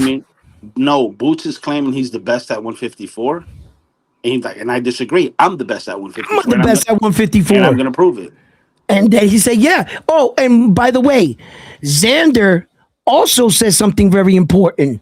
They said, Xander, why didn't you give him 25%? Like you should have. Xander said, yes, I could have did that. I could have took 75 and gave Jaron Boots Ennis 25%. Jaron Boots Ennis has nothing on me. He doesn't have ticket sales on me. He doesn't have 2 belts. He brings nothing but his name and the fact that he wants to fight me to the table. That is all Jaron Boots Ennis brought to the table. You know what Xander said? I'm not going to play around with Jaron Boots Ennis. I'm going to make him an offer one time, 50-50. That way you can't say nothing and I can't say nothing. Everything we split, what a man. What a gentleman. And Boots is still not happy. He wants 55-45. And he's still not happy. He still wants, all right, why don't we put a side wager? Why do you take 55-45 if you're so confident? Motherfucker, shut the fuck up and be thanking me that I'm giving you an opportunity. You disloyal, ungrateful. Bro, I gave you a shot at my belts. Xander said, nah, just take the 50 and feed your family and feed your team. That's it. Listen, Xander could have negotiated. Xander would have obviously been the A side and he would have got more money, more belts. Xander could have even said, you know what? Even if you want a shot at these belts, you're going to have to fight me in Puerto Rico. You're going to have to fight me in Puerto Rico. Xander, bro, every move he made, he tried to make it even. Philadelphia is right there to New York. And Puerto Rico is New York's a little Puerto Rico. How much fairer could you make it for this guy? And he gave him 50-50 and a shot at his 2 belts. But yet somehow, Xander is scared. Somehow Xander's going to get his ass whooped. Somehow this is apparently the only reason why we're here because Xander really think he can beat him. Hey, Now Pucks, I that don't sound know if he can beat interesting. him, but apparently, yo, stop talking like Xander. Listen, I Yo, think a lot of you guys are gonna get a rude awakening. Watch. Pucks, that sound interesting. Xander, a popular defending two-belt champ underdog. Boots, a popular challenger and favorite. Expect a draw. I think he Possibilities there. I The think he's talking possibilities about there. the money behind it in Vegas. I think that's what he's referring to. And the possibility definitely is there, but how do you live curiously through who, Edwin? I live vicariously through Frontline On the for the bias Puerto Rican shit. guys. Listen, if you got that flag, papa, that's who I'm Frontline riding with. represents all day. That's why I got him up here. That's Yo, but listen, just like, look, well, I don't know how you guys view the fight with Junto Nakatani and Naoya Inoue, but I thought that the fight cards were read off right. 116, what was it, 116, 112? That's 4 rounds. Two judges had it for Naoya Inoue. They had him up by 4. And one judge had him up by 2 rounds. wait a Like second. that. Is this the same Inoue that you claim never loses a round? Yeah. Yeah. This is Well, the no, no, no, this no, is no, no, this is the no. same Inoue we Hey, talking about. don't, Hey, don't. shout out to Jason. Jason's in the building. He says Xander's definitely the A side, and then we fight on it. He says that's cute, but this fight won't be close. Speed kills. Okay, stop. Okay, who said that? And Xander, I mean, who's the A side? They said. Xander's definitely the A side. Oh, Says okay, yes. Jason. Yes, he is. And then we Yes, fight he said is. that's cute, but the fight won't be close. Speed kills. Speed kills, huh? You must have not fought with any fighter that knows how to notify speed. I'm just saying. Xander fought against Abbas Baru that's pretty decently boxing fast. Xander has fought his share of, I would say, good speed guys, decent speed. I think that what made Chino, it was his awkwardness, not that he was slow. I don't think that Chino was slow. I think that he was awkward. Xander beat a lot of Mexicans. They were decently fast. I think that, look, yeah, there's going to be a point where Jaron Boots Ennis is going to come in with the speed, and this could be really bad for Xander. Jaron Boots Ennis has the capability of going in there, but I just think that, he could beat, Jaron Boots Ennis could beat him. He could even be the first man to even, in fact, stop Xander. There's no shame in this. This is boxing. The fact that the young man took the opportunity, he said, wait a minute, Jaron Boots Ennis, that's a good scalp. Either way, Jaron Boots Ennis he's been in a fucking fucked up situation. He's been waiting to show the world that he's that next star. He just hasn't gotten those fights. And look at this you mean to tell me that Jaron Boots Ennis is going on almost headed towards 30 years old, right? And he has over 30 professional fights, right? Your entire career is based on a 23-year-old? Your entire career to this moment led you to a kid that you've been in boxing way longer than him. And then the kid that just came into boxing, outbeat you to the belts? And the kid in boxing. Hold on. I ride with my flag, but to be fair, Boots was a unified champion. Okay, unified. Okay, 47. I'll bring that up. I'll respect. Unified champion. He got emailed one belt and he beat Stanionis for the other. Not the same thing like Xander. Xander fought a live body for a vacated belt. Chino. True. He actually fought a person, got the first one, then fought a champion. See what I'm saying? So Boots was gifted one and fought for the other. Yes, I not get the what you're same. saying. Not the same. Okay? But on paper, to be okay. fair, he was unified at a lower weight class. I'll give him that. Now, rightfully so. This is also, see, in boxing, you got to take your opportunities in your moments. This fucking fight fell on Jerron Boots Ennis's lap. He was on the outside, twiddling his thumbs after Virgil negotiations fell through. What was Jerron Boots Ennis going to do now?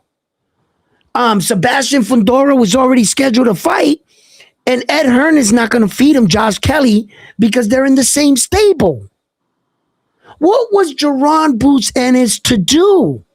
Here comes his savior, a 23-year-old Puerto Rican champion, unified champion. Oh, the heavens opened up, the lights came down, and Xander floated down. Do you want to fight? Look at what Puck says. What are you doing, Jerron Boots Ennis? I was just in the neighborhood. Why don't we give the fans a good fight? And Jerron Boots Ennis looked at him like he's seen an angel. His moment had arrived. He was like, holy shit, are you serious? You're gonna give me a shot at those two belts? You're trolling, you're capping. The contract fell down, and a magical pen fell out of the air, a feather. And then Xander took the feather and poked Jerron Boots Ennis in the forehead, ding, and got a dot of his own blood and signed the contract. Boop, here you go, buddy. It's real. And Jerron Boots Ennis now has his opportunity because of him. And I am so thankful for that because that's going to be an awesome fight. It is. Hey, Boots has the quickness with his punch, but his pace of fighting isn't speed. Abaz is more reckless and willing to sell out on speed and haymakers to pressure. Boots pace more Xander's comfort zone. We fight all night. He said, cut that out. yo, we fight all night. Hey, yo, listen, I want to hear what you guys got to say. Pick your brain. I want to hear what you guys got to say. I'll give you guys 3 minutes. You know what I'm saying, or something. And if the conversation's right, we might hit Hey, Lono says he already dropped it, but he says he want to clear this up, brother. What's up? Lono's boxing. He says, drop the link. I want to clear this up, brother. Yeah, I already dropped the link right there, brother. I'm gonna put myself on mute. I'll let y'all sort that shit out. Yeah, when he comes up here. But for right now, can you please catch up with the chat? If you raise your hand, that's tag team. I'll jump in. Pug, no one is comfortable versus Boots. Let's be real. Kieran was two times. Boots' career is finally moving because of Xander, says Jason. Xander is a win-win situation because if he loses, his stock doesn't drop due to him being so young. They will compare it to Canelo. Yo. Carcast says, come on. That's lame for PR to do that. No professionalism for PR. For what? I don't know. I'm trying to remember what we was talking about that he said that. It's going to look like David versus Zurdo, but not as violent as we fight. Xander also has a loss on one of the judges' scorecards to Abaz. So Xander has does Xander have a rematch clause inked in as a 2-belt holder? That's status quo for the defending champs. Automatic 2 fights to defend if he loses first fight. Yo, check this out, right? When we talk about like rematch clause and fighters doing crazy shit, like Floyd did, right? Floyd done some sucker shit in his career. You know, he is the best, right? But there's no Superman, guys. Sometimes, bro, taking these punches is not good, bro. You get in there one time with a guy and he fucking hits you real hard. What you don't see from these boxing matches is the healing process. The weeks after the fight of sleeping with ice on your forehead, having massive headaches, and healing, and your wife kisses you in the morning and your face is all fucked up. They don't show you that part. They don't show you that. When the guys sit there for 2 weeks and his eyes are like this. So, Some of these fights you don't want to take. I remember when Oscar De La Hoya and Floyd Mayweather fought, right? After the fight, if you didn't know this, a lot of people don't know this. There was a rematch clause in that fight. In fact, right? So Oscar De La Hoya had a rematch clause put in place for a year. So if he lost to Floyd, Floyd would have to fight him again. Floyd Mayweather retired from boxing 1 year and 1 day. He came back to boxing after the contract expired, the rematch. He came back right the day after the contract expired. You think that was coincidence? Hell, that was a duck move. Oh, he avoided fighting Oscar De La Hoya. That was a duck move. Hey, shout out to Fun bro. Truck in the building. Mick Doonan in the building. Low Key says, please drop it on StreamYard. Yo, Low Key, we use Restream over here. We have it on Restream. I would have to turn off my entire and then do a whole StreamYard application just to have you come up when you've been up on my channel 100 times with StreamYard. Low Nose Boxing. This is not the first time you've come up. Here he is. Chicago Kills is here now. Low, don't act like you've been on my show a few times, but that link doesn't work. So I put the new link in the chat. So that one should work. What up, Chicago Kills? Hold up. Whoa, 1 second. What up? Oh, 1 second. All righty then. Let's go. Protection. Guards up. Chicago Kills. What up, huh? Talk to me, Pa. Oh, hey, can y'all hear me good, or am I breaking up? Choppy? Loud and clear.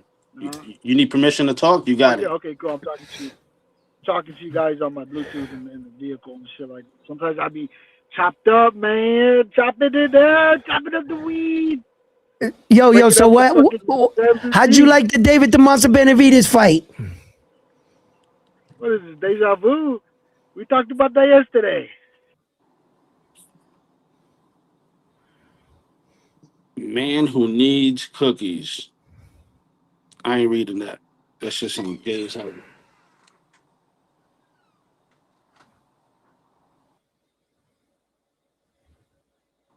Chicago, what up? I don't know what he doing. He did something, got off. I got him again. I'm gonna put him back on here. Fuck, keep calling me, bro. Not saying nothing. I got a stalker. Frontline, read the chat. Oh no, you already read it all. All right. I know. Low Nose just said, no worries, bro. I'll check you on the rebound. And when I was on the show, it was another link. I'm at the gym. We'll talk, even if it's on the on one of my calls on TBV. Stay up, brother. All right, brother. Have a good workout. Chicago Kills. I'm gonna try you again. I don't know what you're doing over there. Try me again. I got you. I got you. But now the Benavidez, the monster. That shit was a badass fight. He kicked his ass pretty good. We got to see him. He got to fight Crawford. Fight Crawford. Who got to fight Crawford? Let's have them two. Benavidez. You know Crawford's retired, right? Get back for his brother. You know Crawford's retired, Crawford right? Ain't retired. He's using that as leverage to get more money. I mean, come on. If that's what you think. Listen, you're talking about 168. They fought at 200. Yo, y'all boxing fans. No. Yeah. He's just wishful thinking and trying to act like he says something because Terrence Crawford is not fighting at 168 again, and Benavidez is not going down. He's the cruiserweight champion, and it would only make sense for Benavidez to go after the other two remaining belts and himself try to be unified, undisputed world champion, rather than going down and satisfying Chicago Kill one fan for that he can fight Terrence Crawford for no belts, for nothing. Just waste your time, go down there and get a whole bunch of money. So fuck your legacy, according to Chicago Kills. Because if you really love David the Monster Benavidez, what I think you should be supporting is the fact that, fuck it, there is no Canelo Alvarez fight. You don't need Canelo. You don't need Terrence Crawford to validate your claim. David the Monster Benavidez did that on Saturday night by himself by stopping Zurdo. Now, David, use that same momentum, go after those belts. Now prove to the world at cruiserweight, you got all 4 belts. Like they said, the only thing they're saying Canelo's better than you because Canelo got 4 belts at one time. You get 4 belts, then turn around and fight Demetrius Bivol and beat the guy that beat Saul. You don't need Saul. You don't need Terrence. And you got legacy. And you got one up on the guy that said duck you. You will go down as a better Mexican champion than Saul. Fuck going down there to Terrence Crawford. You don't need him. Terrence Crawford's not offering, what, a big bag of money? David, you already been doing that. It got you nowhere. You want legacy? You want the right? And then they say these belts don't mean shit. Don't let them lie to you. Because fighters like Gabe Rosado would be a legend with all the guys that he has on his resume. But what did he not have? Belts. That's what separates him from the champions. David, stop pleasing these crazy fans. Go after legacy. And show the world that you're the real monster. Show the world why these people were avoiding you. And why? you know what, though? I think the Canelo fight, my opinion, the reason why he's pushing for that fight, I think is because he wants to show the people that he's the new face of Mexican boxing. That's the only reason. That's the only reason. It's not about money. It's not about nothing. It's just to show the people he's the new face of Mexican boxing. That's just my thought. I don't know. I might be. Listen, I might be. I'm never. Look at. You guys saw my. Okay, wait. We're gonna do this again. Okay, we're going down here. Now I'm not gonna tell you. I'm just gonna show you then, right? Okay, and we're gonna go. I want to answer this guy's question. Yo, can you read the chat? Anything? Let me see. David's the new face of boxing, says we fight. Facts, Benavidez don't need Canelo, says Jason. Zayas could have probably leveraged a rematch on Boots. What other fight was Boots going to make aside from Xander that guarantees more reward and equal challenge? Pug says never understood the demand for Benavidez versus Canelo. The Benavidez last Saturday weight-wise was the Benavidez we always knew. Benavidez doesn't need Canelo. He can pressure Bivol, beat Bivol, and beat Canelo and Bivol. Better beef at the same time. Okay. I'm going to put up a video right now. Hopefully, I think we can hear it. Okay, hold on. Here we are. Check this out. This is my take on what I thought the fight with Canelo and Terrence Crawford. They asked me on the Boxing Voice, they said, yo, round 1. I said, what? They said, yo, do you think that this fight is done with? Look, what you'll hear yourself. Versus Bud Crawford, 2 cold French fries reheated in the microwave. No, because we're talking about boxing fans. They're crazy. You know, you got a lot of fighters that are Mexican guys that are actually saying, wait a minute, that fight was a lot closer. I think Saul won against Terrence. Those guys are out there. If you tell them we can run this back, it's just going to bring those fighting fans back out. And no matter what we say, I can sit here and say, you know what? I don't want to see that. On the day that it streams live, guess what I'll be doing? Watching it. So there's still the top guys, and I understand it won't be for no belts. Those belts got scattered throughout the division. So will the fight be as big or of importance without as much on the line? That yet to be seen. See? I hope that answered your question. I'm not saying that when they ask me, do you think that the Canelo versus Terrence Crawford fight, you think that's cold French fries reheated in a microwave? Cold French fries reheated in a microwave, that shit sucks. When you bite that, oh, them French fries suck. Throw them shits away, right? That's what he's saying. And I said no. I said no. Fighting fans will still come out and they're gonna watch it. And I said the night that it streams, well, guess what? I'm gonna be doing it, watching it. With this I hope that answers your question. with this Dana White situation and Jay Opatai, do you think they'll make the Opatai versus Benavidez? Sufa? I don't think the sanctioning bodies would approve that fight. Yes, they will if they do it on the second tier that they claim. Same tier they put Conor Ben on. That he fought Regis Progress. He's under the SUFA banner, but he didn't fight under the SUFA rules or for the SUFA belt or the SUFA division. They still kept Conor in boxing. They're gonna also rumors that are circulating that Conor's gonna be facing Ryan Garcia. And I'm not sure if that's gonna happen, but those are some of the rumors that are going around in boxing. So Hey, you should drape that Sufa belt over those 4 belts and just have it drape over are you all 4. crazy? I don't want to ruin my background for that shit. I'm just telling you guys that, like, yeah, I think that Saul Canelo Alvarez and Terrence Crawford have given enough to boxing. Saul's given 60 fucking fights. If I'm speaking honest, right? I don't blame Saul for not fighting David the Monster Benavidez. Did you see what he did to Zurdo? Man, and Saul wants to keep that face looking nice. Don't fight that, man. Fuck that, bro. You already went in there with some of the toughest guys. You fought Floyd Mayweather. You fought fucking Demetrius Bivol. You fought a lot of these top guys.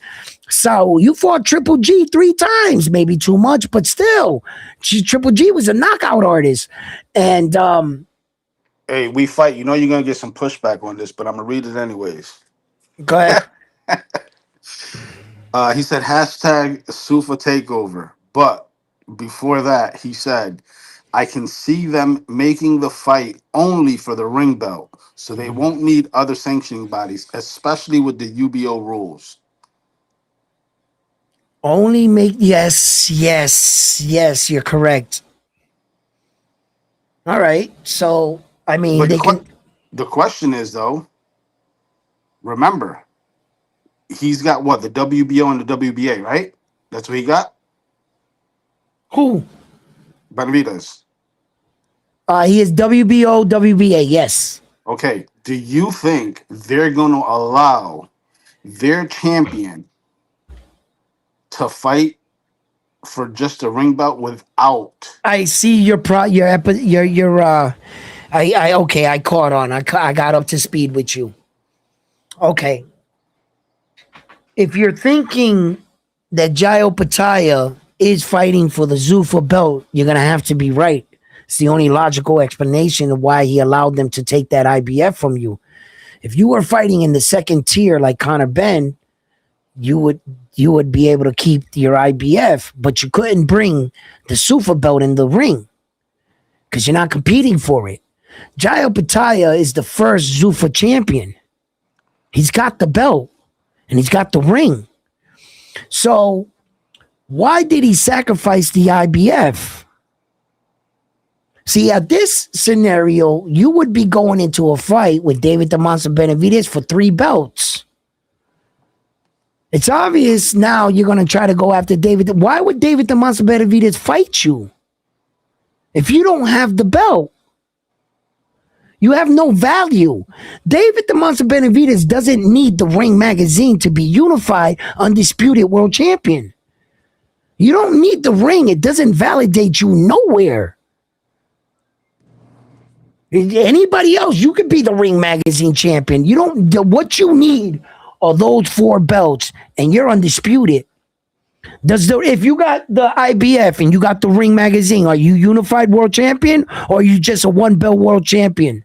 That answers your question. Jai has nothing. Sanctioning bodies, we fight on it. So sanctioning bodies don't matter as much as people think. Jason says, for real, Benavidez. Stop. Hammer time. Stop. Sanctioning bodies is everything. Good. Thank God for them. Thank God for the man that invented that idea. You're a fucking genius, and without you, we wouldn't be where we are. To the person that ever said that sanctioning fees ain't everything or whatever, you know, Sanctioning bodies don't matter as much as people think. say they don't matter as much as people think. If there's other sports out there you can view. They got figure skating, golf. I hear is a pretty good, and then they got like table tennis. Go watch that shit. Because without the sanctioning bodies, there would have never been no world champions. Without no world champions, there would be no legacy. What you think in your head without before you type something out, just think about what you're saying first. Just that way you can get a better answer, right? Without a sanctioning body, no belts exist. What do you make? Who makes the belt? What is it? Just one belt floating around, passing around from each guy? You think that's what they would do? Where would who would determine who's a champion? What would stop the Russian champion, the Japanese champion, the fucking British champion from coming over here and just taking any belt and putting it over their shoulder and saying their guy is the real world champion? What made the sport a professional sport was the structure of the sanctioning bodies. Since the sanctioning bodies don't have an arena, they don't have a dome where they charge ticket prices at the door.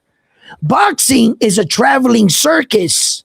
The promoter goes from city to city, renting out different venues. The only way they get money is sanctioning fees, where they have a building and they pay secretaries and people that work that travel around the world to host their events so they can have a representative of their belt. Who pays for that? Loves, hugs, and thank you? No, they need money. They don't get ticket prices. They don't get anything else. The idea of charging sanctioning fees was brilliant. It tied the sport in and made it, no, these are world champions. That's why the Russian champion can't just take any belt, bring it in the ring, and say, our champion is better than yours. That's why you don't let the Sufa belt in with your belt, because off of your belt, you give life to that belt. They made boxing, the sanctioning bodies. They made this. I'm not saying it's the best system. Boxing needs help. It is the Wild Wild West. It is a lot of corruption, yes. But thank God for the man that came up with a system to charge the fighters money so that we keep value to just real world champions. Without any value, what would you be? Yo, I don't know who's worse, the chat or me on getting you triggered. Getting you triggered. Who's worse, me or the chat? I don't know, but sanctioning fees are the best thing since sliced bread. Well, shout out to Melasa. Melasa says, where's it at? Let me pull it up. It's like He said, if fighters it's like approved, Jamel. Wait. Like fighters like Jamel Charlo, when he made that video, he thanks the sanctioning fees. He's like, yo, these belts changed my life. Without those belts, I wouldn't be the man I am today. Terrence Crawford wouldn't be 3 times undisputed without those belts. Take all those belts away from Terrence Crawford. Take those belts away from Saul. What are they? Just another good boxer. That's it. They paid into a system that rewarded them. They made a system that you pay into to become the man you are today. Mike Tyson still walks around in rooms and is revered. Why? Because of these belts. Because of a few dollars for sanctioning fees? Thank you. Thank you for changing my life. Melasa says People are crazy. If it's approved, it will not be a Sufa belt. It will be the UBO. Well, I got some clarification on that too. On the Boxing Voice, right? Ness has a real IBO belt. The IBO organization didn't give him a replica. They gave him the real deal IBO UBO, belt. Edwin, not IBO, UBO. I'm talking about the IBO. Okay. I'm talking about the IBO. So Ness has one, right? So he showed it to me on the show. He was like, yo, check it out. I was like, yo, that's just dope. And he explained the story why the IBO is not a world championship and why we don't have a 5-belt era right now. In fact, according to what he said to me on the live, just repeating what he said, they were given the opportunity to join them. But under the structure of how they are, some of these organizations are non-profit and some are profit. I think, I forget which side they're on, but whatever side it is, the IBO doesn't want to do that. So the only reason why the IBO is not in the dance right now, according to what he's saying, like I don't know this, I'm just repeating what he said. It's because they're not willing to fall in line like that way. They believe they're going to have success their way. So, shouts out to them. But I think eventually we're going to have a 5-belt era. We're going to have a 5-belt era. And to all the people that are going to say, no more belts. This belt shit is crazy. I agree and I don't agree. You got to do the math. We got to think this out logically. You can't have a 1-belt era. Boxing has gone too far. We're not the UFC. Our fucking roster, our ranking division doesn't consist of 60 guys. In one ranking division, you could have on average over 2,000 men registered to fight in one division. 2,000, over 2,000, right? And some are a little bit lower the number, right? But on average, let's say 1,200 men. On average, it's an average number. You mean to tell me 1,200 men for one belt? That'll never work. What if the champion gets hurt, goes on vacation? You just held up 1,199 careers because they're all waiting to fight you. That would never work in boxing. You would destroy boxing. The reason why we're in a 4-belt era and have all these fucking stupid interim belts is because even with all those belts, you can't please everyone. Still to this day, there are fighters that have been fighting 6, 7, 8 years and never got the call for a title fight. You still can't even meet the demand with all the fucking corruption and cheating you're doing with all these belts. Every day they're reinventing a new belt. The Super Gold Double Platinum, the Lake Erie belt, the fucking Great Wanatuki Island belt.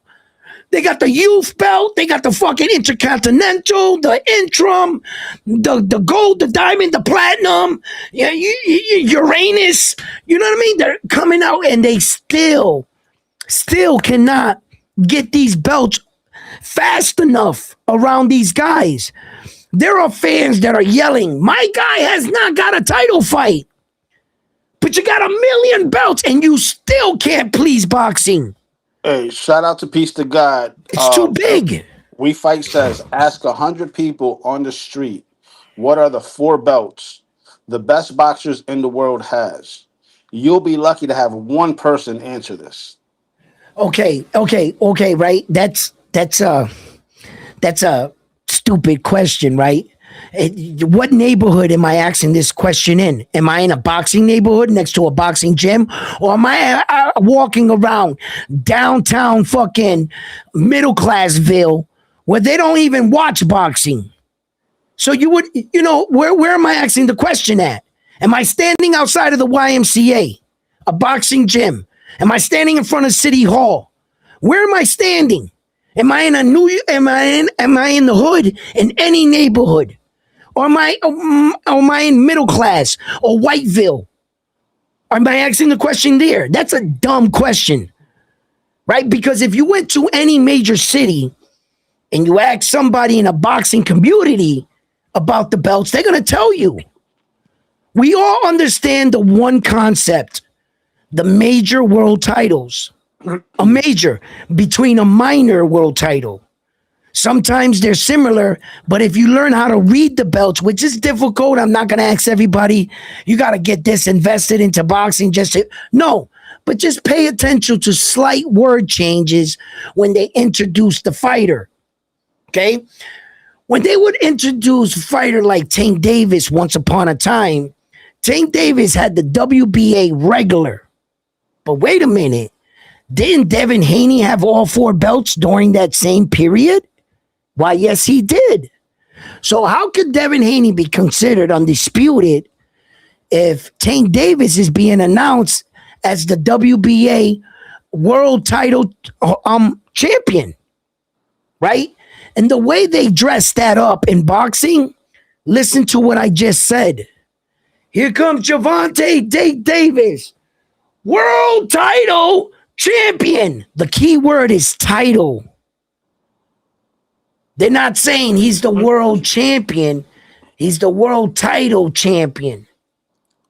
That's how they can get away with it. You can announce him as a champion. They're not lying to you, actually.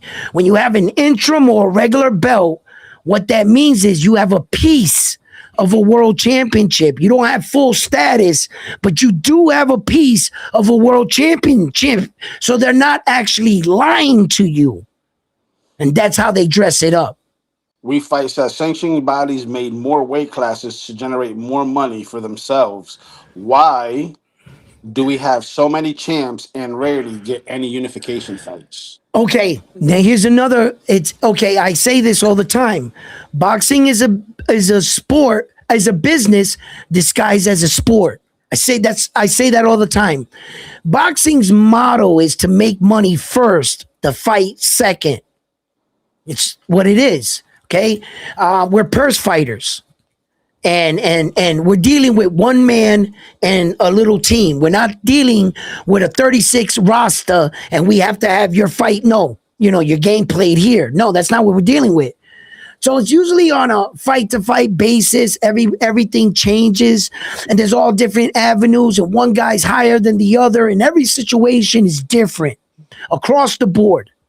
But if you think that the sanctioning bodies ain't taking advantage of a situation that needs something, you see, there's supply and demand. They're supplying the supply demand of the cry out that these guys are not getting title fights. So what do? They invent interim belts, gold, silver, diamond, platinum, to please the people to say, listen, we got your kid an interim title fight. We didn't get him the title fight because the champion doesn't want to fight right now, Richard Hitchens. We can't get him from underneath the bed. Those situations happen. But we're not going to hold up your kid's career. We're going to listen, and we're going to treat him like a world fucking champion. We're going to have you fight for the interim belt, but guess what we're going to do? The organization, we're going to back you like the real world champion, bro.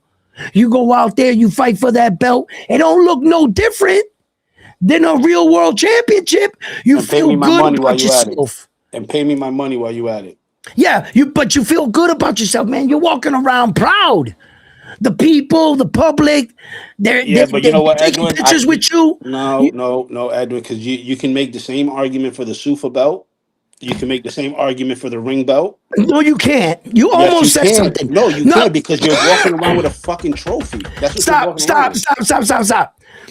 At least these interim champions in boxing have legacy. There have been a lot of men that have interim belts before they became real champions. Name me one Hall of Famer that went into the Hall of Fame with an interim belt. I'll wait. Manny Pacquiao. Manny Pacquiao went into the Hall of Fame with an interim? Yes. His last belt was an interim. What? I don't care about his last belt. It was a diamond. It was a WBC diamond, which is the variation of an interim. What are you saying? What I'm saying is he's proven himself. No. I got you. And you're backing out front now. You're doing it again, baby. I'm not backing. No, okay. Let me clarify the question. Let me care. no, Yo, you no. got my wife laughing at me right now. Yo, Listen, you're caught frontline. I'm yo. just telling The you. question, no, the question I had was name one boxer in history with only. See, Manny Pacquiao has accomplishments that gets him Oh, into the Hall stop of it. Fame. Stop trying to dress it up. Just No, let it go. Just let it go. Just let it. You're better off doing that. Move on. Look, yo, look. What I'm saying is let me that catch up with the interim chat, Edwin. belts. Yeah, go ahead. Go ahead. Catch up to the check. I need to smoke anyway. Frontline. Don't mess with me. Yo, Rosie, tell him. Go Pug ahead. Go. says the belts are just placeholders to help fans build perception. Hate or love, Floyd didn't chase undisputed. He was just in position where the banks and sanctioning bodies couldn't let go of. When you're the boxer and best fighter, the banks, networks, and sanctioning bodies can't let go of your business. You're the exception of the rules. Even a league like SUFA will humble down and provide exceptions to the rules at any moment for the biggest prize fight to make. We Fight says there's a popular saying: if you want to find all the crooks in the world, start in boxing. Puck says, LOL, because boxing washes blood money across all industries. It's the stage and theater for all parties to take a bite out of it. We Fight says, What's wrong with that? That's awesome. Yo, come on. You know what I mean? You don't want the mob to live? Come on. you know that would happen Only messing around. if you put John Jones in a ring with a true up or number 40 in the world, bro would catch a case. We Fight says, why are tune-ups like this still being sanctioned? Dudes are consistently taking fights where they're minus 2,000 favorite. Sanctioning I know. bodies are destroying the sport. No, no, no, no, no, no, no, no, no, no. Don't get Stop sanctioning bodies. right Stop. here. Yeah. Don't get sanctioning bodies. Don't smear their name with what promoters do and managers. They're the ones that organize the sanctioning bodies. Don't organize the fights With the unless it's a sanction. mandatory and they order it. That's it. These guys, because rightfully so, you don't get up to the number one contender because you're a bum. So usually that's not the fight that goes out the way you explained it. You understand?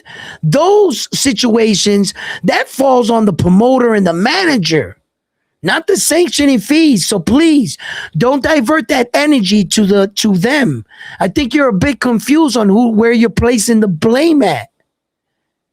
Go ahead, read the rest. Go. We got Izzo in the building. He says only in America, champs fight once, maybe only twice a year if we're lucky. We should be ashamed. Other countries aren't playing into business politics as much. America is creating weaker fighters, playing into the business.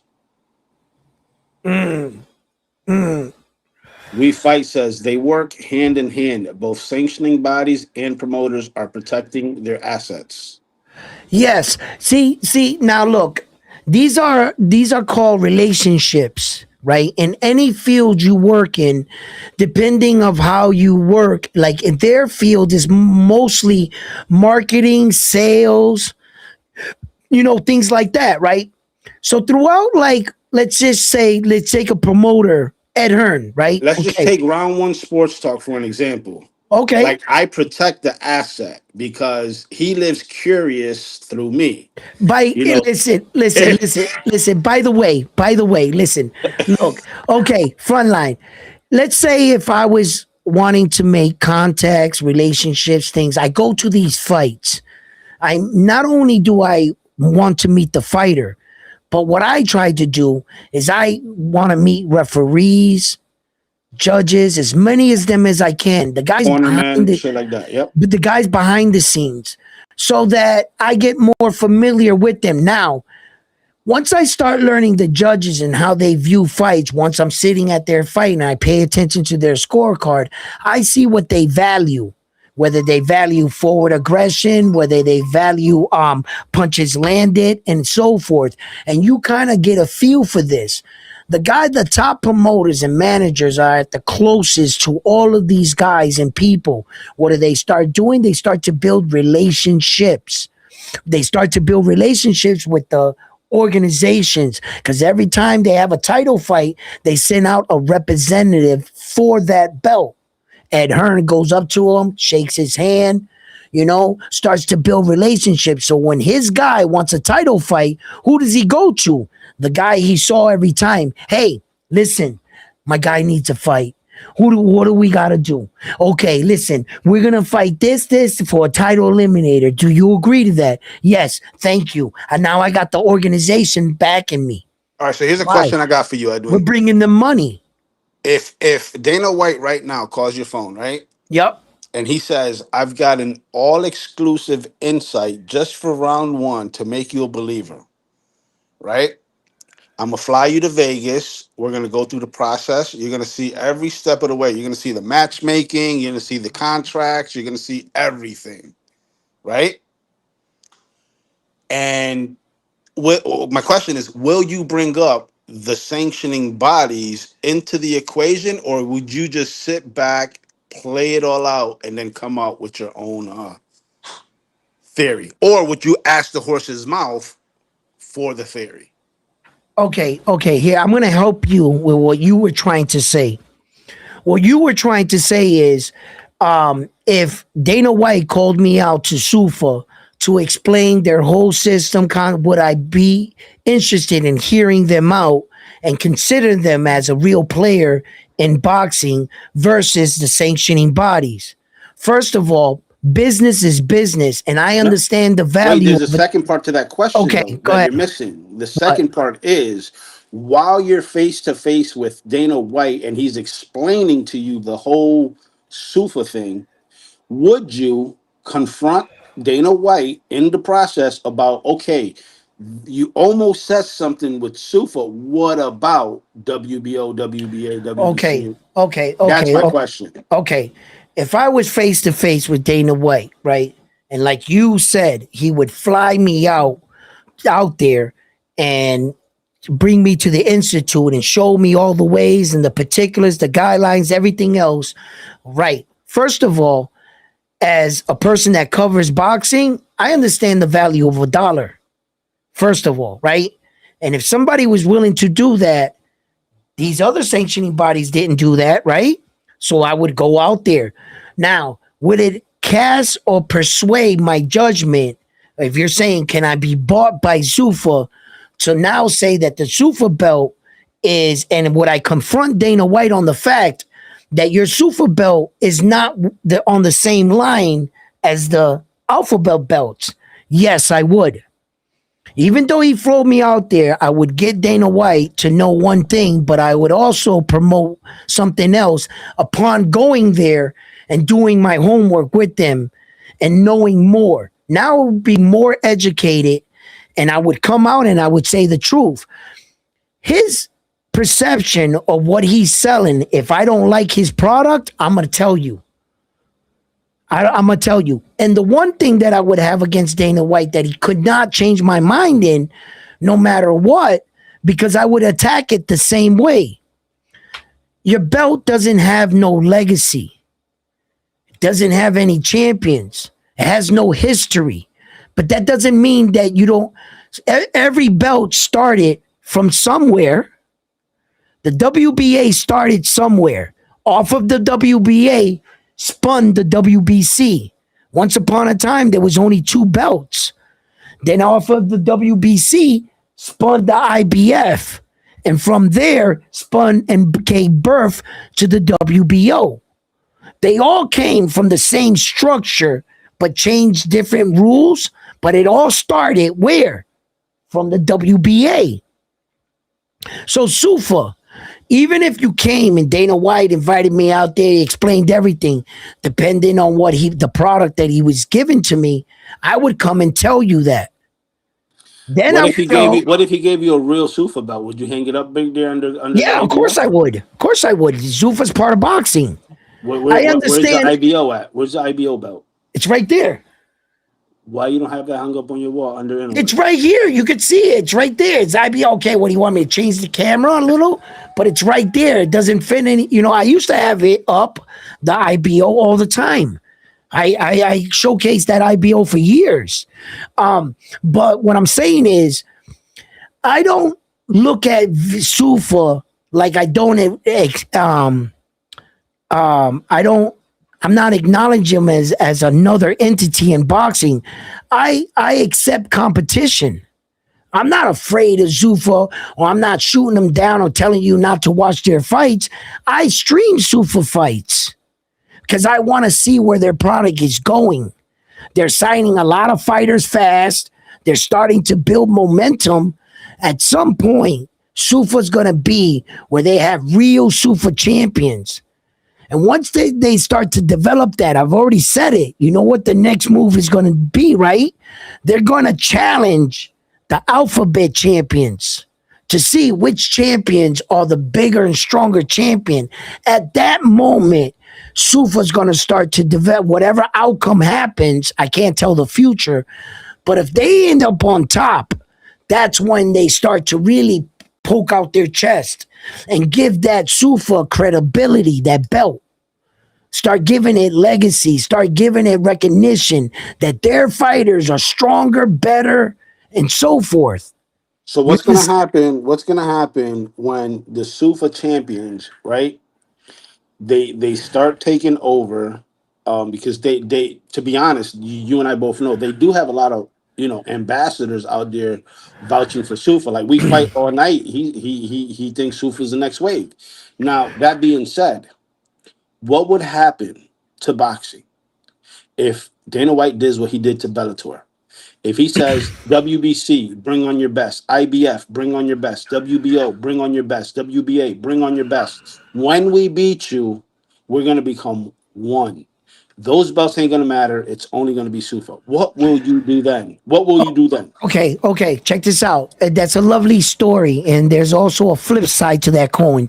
What happens when Sufa falls on their face and they lose all the fights to the alphabet belts? No, I get it. There's a flip side to the story to the Okay, coin. I get it. But now, my okay. question is on a fantasy. What if Sufa fighters all beat the sanctioning bodies, and part of the deal is to get rid of the sanctioning bodies and all fall under Sufa? What would happen then? Okay, first of all, Sufa doesn't have that much power. That day will never happen. Okay, even if you beat the alphabet belts, because let's just say you beat the alphabet belts in what, one weight division, two weight divisions, or something. It's not like on one remarkable day, all of the you don't even have the same divisions we have. So you're only going to be able to beat us in 9 weight divisions. If the best case scenario you have in boxing, there's 17 weight divisions. We're going to still have way more alphabet champions than your 9, no matter how you dial it. And since in Zuffa, there's no 4 belts, there's only 1 belt, you're not going to even, we're going to say our champions have 4 belts. You only have 1. We still have more. Well, They'll never, no. no, yes, listen, there'll never be a time. Think about it, Edwin. There's only one NBA. There's only one NBA, right? There's only one Major League Baseball. There's only one NHL. That being said, there's teams. In Sufa's case, it's weight classes. That's the quote unquote teams, if you will.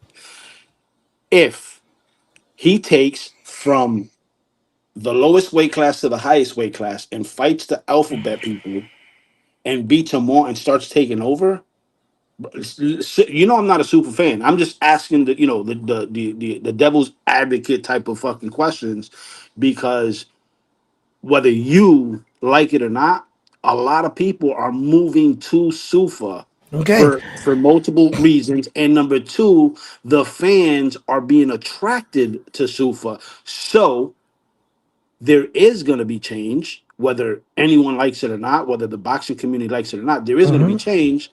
So I'm asking, and it's not that I'm throwing shade at the alphabet, because I like your hubcap belt since you don't even fucking display it no more. But You know what I'm saying? We stand on one side of boxing, but we're open minded to Sufa. We're not, you know, Hmm. we're not shutting Sufa out completely.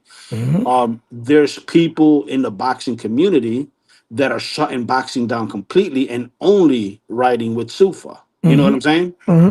Okay, here. You said all of that, and you still didn't get nowhere. The thing Big is word this. salad. That was It, big word salad. yeah, big word salad. You didn't get anywhere. Check this out. Here's the problem, right? Even let's give the Sufa the best case scenario. You beat all our champions in all 9 weight divisions that you have, right? Okay. You're on the top of the world. You're yelling that you're Sufa champions. Remarkably, you got the fucking the justice team over there. You're the Avengers, right? Okay. Boom. Here's the problem. Your champions are only in the now. They don't have no history. In order for you to claim that your belts are better than ours, you don't have any Muhammad Ali's. You don't have any Mike Tysons. You don't got no Floyds. You don't got no Manny Pacquiao's. You have nothing. The only thing you have is in the moment. Your champions have just started. And even though you're saying that you don't have enough power to shut down Muhammad Ali's legacy, Floyd's, Mike Tyson's, Manny Pacquiao's, you think the boxing community is just gonna wipe away the Hall of Fame? You think they're gonna just say we adapted the Sufa way? Are you out of your mind? No matter even if you're on top in a certain year, you still need 20, 30 years to Yeah, put history something could be together. rewritten, Edwin. You I'm know gonna that. tell you what, listen, and look, but it can't be overlooked. It can be rewritten. Now, one entity can spawn and make a better sport and eat the other one, but there's gonna have to be a time and a process. Well, here's a curveball. What if? Let What me if the listen. Your what alphabets? if your in order for your what if to take place, unfortunately, you will no longer be alive. Okay, but what if the alphabet belts they fall in line and fold to What if Sufa what and if my or aunt join had a forces? penis? She would be my uncle. Listen, you're crazy. You're crazy. Your theory is too wide and broad. Dude, I'm just throwing out there And what I'm what telling you, what you're saying is virtually impossible to occur in the next 3 or 4 bullshit. years. Nope, bullshit. Because Turkey came in and bought the ring belt, I and don't. ever since Turkey bought it, it's been making waves. You and I both know it as boxing fans. Okay. Check So this. that being Okay, said, wait. Stop. if Stop. Stop. Turkey, Stop. Stop. You got to understand the difference between a social media wave and what validates you as a champion. That's the bottom line. You live in this era of what if, like a lot of fans do. And I want to bring you guys all back down to earth. If the Ring magazine belt right now at its most powerful, gives you no status on your belts, it's not like you can have the Ring belt by itself and they consider you a world champion. No, they don't. That Ring magazine by itself, you're only fighting for the Ring magazine. You are not a world champion. You can't take the Ring belt and tie it into the WBO and now you're a unified world champion. No, you only have one belt. So say whatever you want. Go ahead with the social media hype. You're just you're an email belt champion. That's all you are.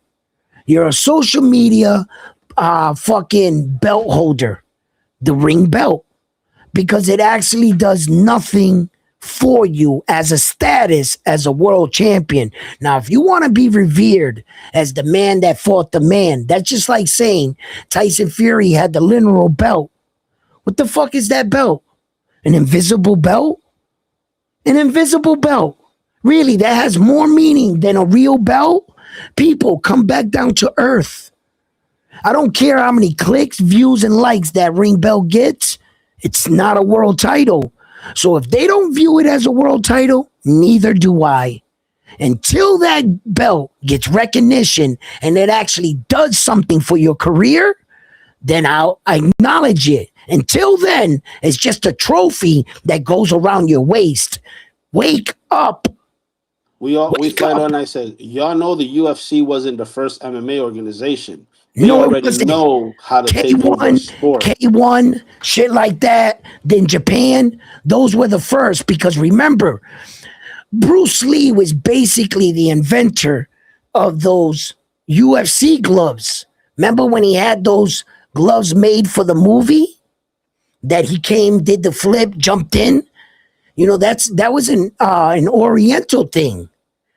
And then somebody was like, "Yo, that makes sense." Here we are today. But those dudes, that mixed martial arts shit was heavy in that side of the world. Then it came out here. Then Bellator, WECW, whatever it was called, where Uriah Faber used to fight in that one, and then Uriah Faber came over to UFC and lost, never won a fucking UFC belt. He just fell flat on his face, and then a lot of Bellator fighters. Then what Dana White did, he had a monopoly in the mixed martial world. Nobody paid attention to fucking Dana White's vision. And Dana White was smarter than all of them. He bought every small entity around him. He didn't let nobody compete with him like we're doing in boxing. Because in boxing right now, they would beat the shit out of the super boxing, and then the sanctioning body should just buy them and throw them away. Dana White shelved all the fucking mixed martial art. That's why they never blew up and competed against the UFC. And Dana White made it look like the best place to fight and the highest stage is the UFC because he dimmed the lights on all the other promotions around them. He didn't let Bellator shine. What he's asking for now, allow us, Zuffa, to shine when what you did in order to survive, you killed all the other organizations around you. And now he's asking for boxing to give him the opportunity that he didn't do to everybody else. Just keep in mind. Just keep in mind. I think the pushback with Sufa right now is the bullshit they're trying to do legally with the Muhammad Ali Act and shit like that. The Muhammad Ali Act was put in place for a reason. They're trying to work right now in order for Sufa to exist. They have to work within the perimeter of the Muhammad Ali Act. But once it gets overturned in Congress or however that's going to play out, you're going to see a huge shift in boxing, Edwin. And the question's going to fall, how will the alphabet belts play into that versus Sufa? Because now, since it's a law getting put in, since it's a law, are these promoters going to take advantage of that law change and fuck boxers over where Sufa, you know what I'm saying? Like, Yeah, okay. Listen, Frontline. Before I have you read Pug's message here, I want you to read that chat out, right? But before I have you read that, I want you guys to understand something. I want to be very clear with this. I'm not happy with boxing. Boxing needs help. I thought that Sufo was going to be our savior. I'm still hoping that they are, but I'm a bit reserved. You got to understand that I'm the type of person, I've been around the block more than once. I don't fall for every sad story. Just because everything starts off good, I know it doesn't always end that way. Whenever something moved into our neighborhood, they always lowered the prices. After they had us going to the store, then they raised the prices and they revealed who they really were. Right? I'm not just buying into Sufa and just right away jumping off the diving board and saying they're going to save boxing.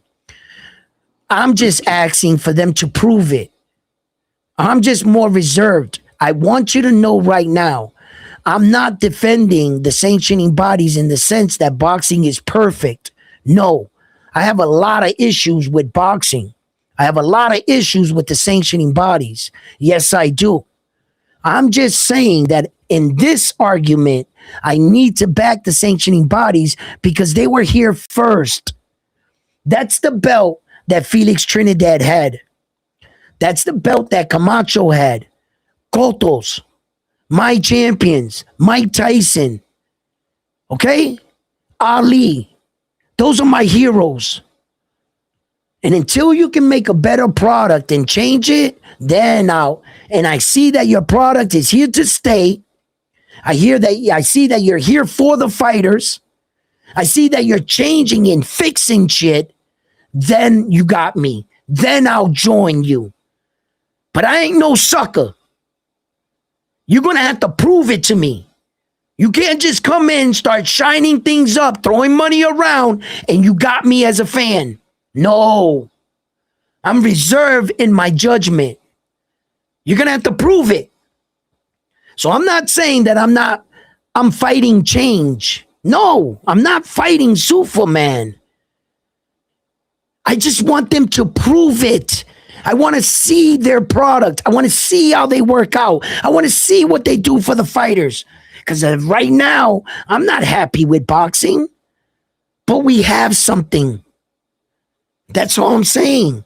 Until something comes along better and can help us, I'm not just going to jump in bed with the next thing just because she's shining. I'm sorry. I'm a bit more reserved. You're going to have to earn my trust. You can't just read Pug's message there. But Ring has power of media to influence demand. And if the fighter represents that ring belt, it is truly the best after smoke clears. Dust settles after the fight got made. How is the ring disputed?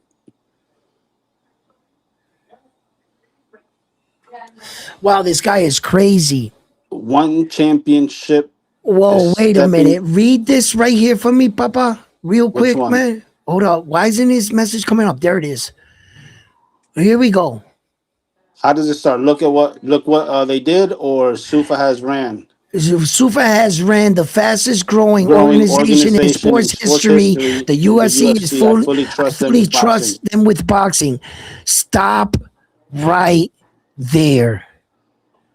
What's his name? We fight We fight what? all night. We fight all night. Okay. He likes to trigger your ass to get the crash outs. Yo, this has gotta be something to make me crash out. And you know what I'm saying? No, This but I guy told you from the beginning, he is a professional troller. No, he's Listen, not a troller. That's one thing he's not. He just knows no, how to trigger you. But he he's is a triggering me UFC right now. guy. He is a UFC guy. He is a That UFC guy. Okay, Yeah, he okay, is. He okay. is, and he's How? big Wait, wait, on wait, wait, super. wait, wait. Okay, front line, front line, front line, front line, front line.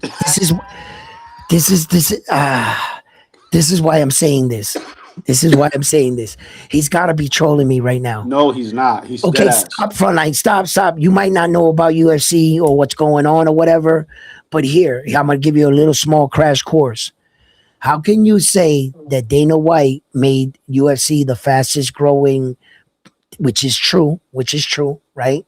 And that Wait, hold on. Let's stop. clarify this. Let's clarify this. He didn't say Dana White. Let's clarify. He says SUFA has ran the fastest growing organization in sports history in the UFC. I fully trust them with boxing. Okay, He didn't check say this Dana White, out. just SUFA. Okay, check this out. Check this out. First of all, the UFC Sufa didn't grow the UFC. Dana White and the Fatella brothers did that. Okay. All right. Now, Fatita brothers, right? Second, how are you going to say that you fully trust him when the UFC is involved in some of the biggest lawsuits in sports history to their fighters? They were already awarded $375 million to compensate the fighters that they robbed. Then there's a second lawsuit in the hundreds of millions too that's being determined again. They are one of the more corrupt against system fighters, what they're being described as slave wagers. Slave wagers. The key word there is slaves. So you're taking a UFC that was built of the sweat and blood of the men and women, and that weren't given the rightful pay. They were put like rabbits with a carrot dangling in front of them with $50,000 bonuses, but you were only getting paid $14,000 for the fight. You had a gimmick. You had the highest, fastest growing gimmick. It was like you had a diamond mine. and you were paying the workers $2 an hour, and your diamonds were shining. They were worn around, the necks around queens and kings. But if they saw where the diamonds came from, that's the UFC. So you're taking that, you're claiming it to Zuffa, and you're saying they got boxing is like in great hands like Allstate? Wake up. Read the chat. See, I don't know much about UFC or who started Sufa and shit like that. That's why I was telling you, Frontline, just let me talk. I was trying to tell you. But we fight says, look what they did with McGregor. Without Sufa, there would be no McGregor. Bro was on food stamps before UFC. Izzo says, right now, Stop. the top. Stop. Stop. Stop. Stop.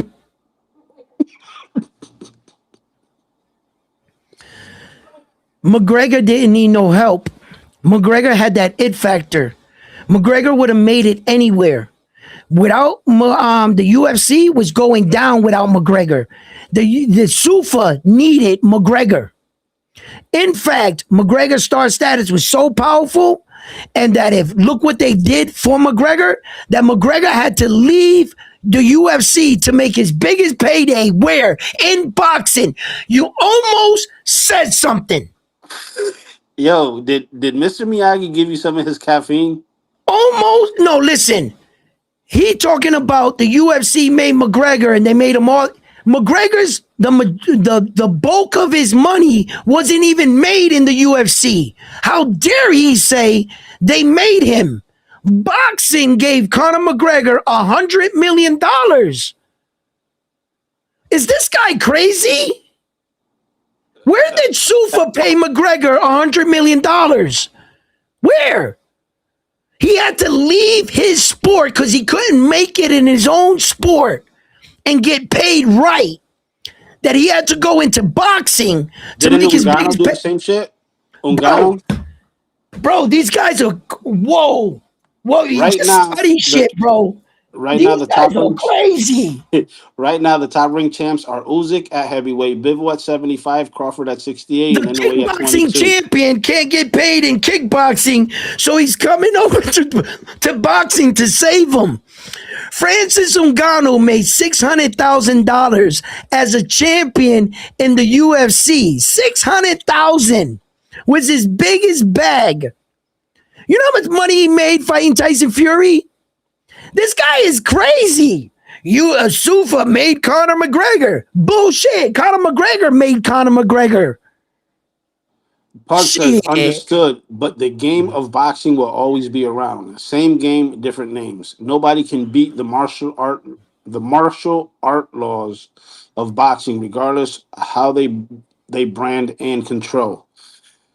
Well, as far as if just to clear up this, because I'm thinking it. If you're out there and you're saying martial arts is better than boxing or boxing is better than martial arts, there is no better. They're both having art. Keyword, art. They're a different kind of combat.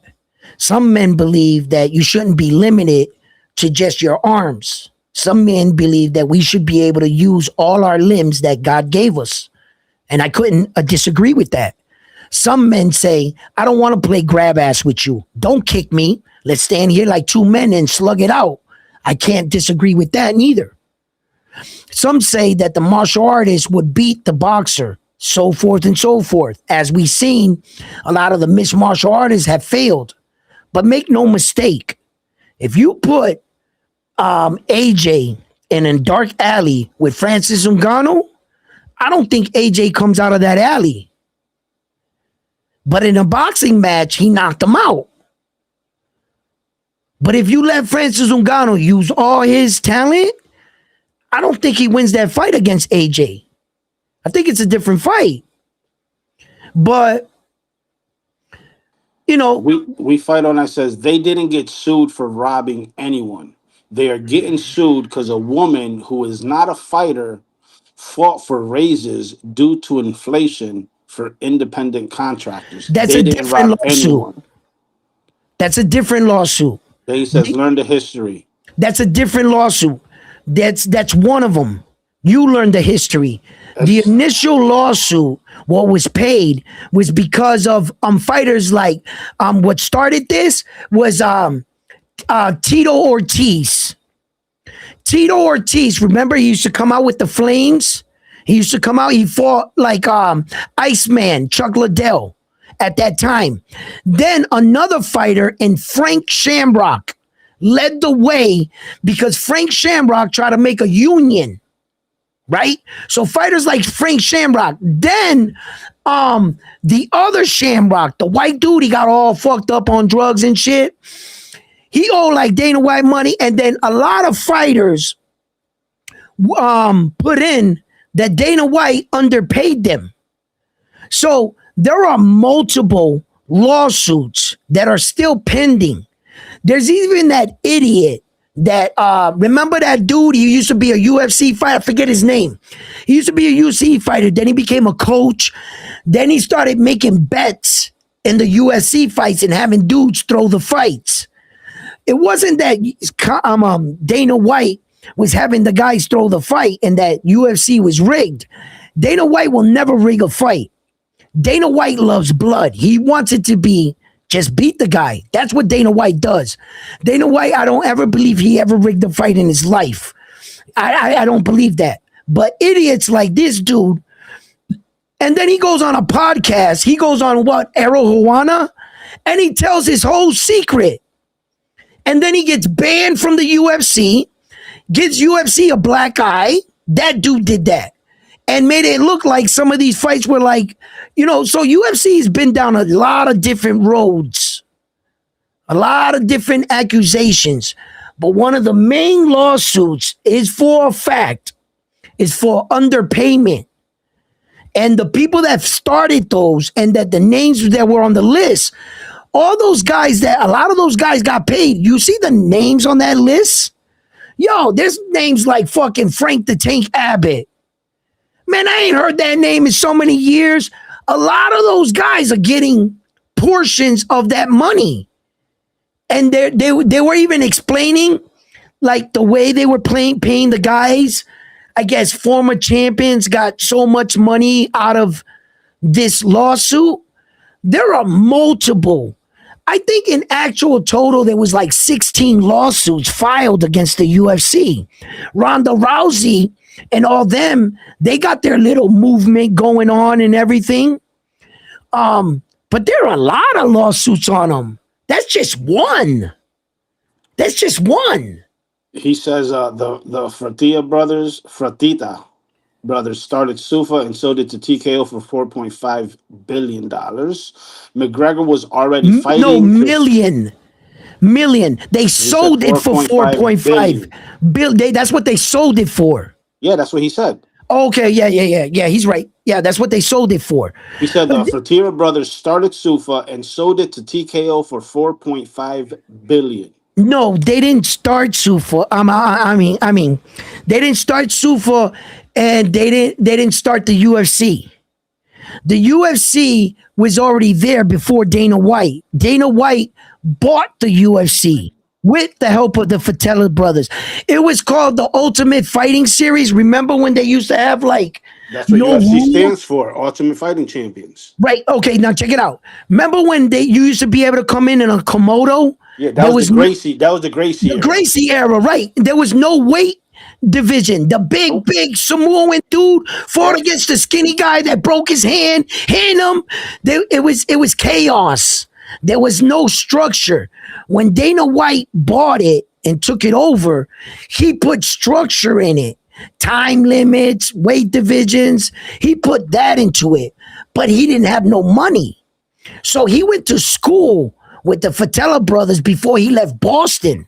He met back up with them later in life, pitched them, this UFC shit, and then he got a Spike deal with the network Spike off that legendary fight with Forrest Griffin. That night, got the UFC the thing, and then they started making did another smart move, and he started doing like that house where all the fighters were like fighters like Nick Diaz came out of.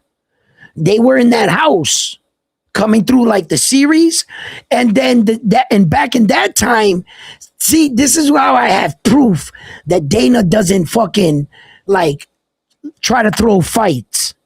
The one thing Dana White does, he lets the fighters fight, because Matt Serra was a UFC fighter that Dana White felt he didn't have enough skill to fight in the UFC. He was a UFC loser.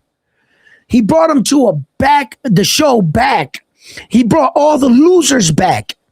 And back then, when you went through the house, the reward was whoever won got a title fight. And he fucked around back then and gave them a title fight fresh coming out of the house. And he put him against George St. Pierre. And Matt Serra whooped his ass. And he lost his champion. Then they hit the rematch, and George St. Pierre beat him bad and got his belt back. And then Dana White said, no more of that shit. Now, if you go through the house, you get a UFC contract and $1 million. Because Dana White he did fuck up. He had the best things, and he got beat by Matt Serra, bro. It was crazy. So that's why, because if he was staging shit, he would have never had Matt Serra beat fucking George St. Pierre. That would have been crazy. He would have had George, you know what I'm saying? So it would have worked out like that. Shout out to Dwayne Styles in the building. Shout out to all faxes in the building. Yeah, damn, White never bought shit. He never had no money. He ain't had no money. He sold that to the brothers that had money. They had the money. Dana came running from Boston with nothing. He was forced out of Boston by Whitey Bulger. So he didn't have nothing but... Yo, Edwin, would you train for the Power Slap show? Fuck no. Ain't no grown-ass man smacking me. I'll pull back. Where's my... Man, listen.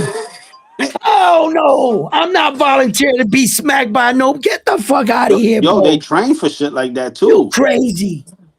You out of your damn mind, bro. Imagine getting knocked out by a smack. Ain't no imagining, bro. You smack me like that. Oh shit! Izzo says pillow fight championships now. That makes sense. That's why Devin Haney went over to Sufa. I think he's competing for the pillow fight championship. That makes a lot of sense. They just haven't announced it yet because they want to break it on the pillow fight championships. What you saying? Your grandson's fighting for that organization? No, the pillow's undefeated. My grandson, my grandson, he fight back though, but he loses every single time. He loses every time. but he's still in training. 5 He's still in training. He's still in training. 5 months old, he started early. He's a fighter. Because he gets up and he goes at it with the pillow, but after he gets a bottle diaper change, that pillow wins again. It wins again. The pillow is undefeated against your grandson. That pillow's undefeated against my grandson. Boy, I tell you. Man. I don't know. He might want to try another sport. I think I'm gonna get him into another sport. I got to start teaching him how to throw jabs and shit like that. Yeah. Because that pillow fight ain't working right now. It's not working out. Nah. He's like 0-12 right now. Yo, but still, nonetheless, look, Dana White is only put in position to manage the show. He's there as the promoter.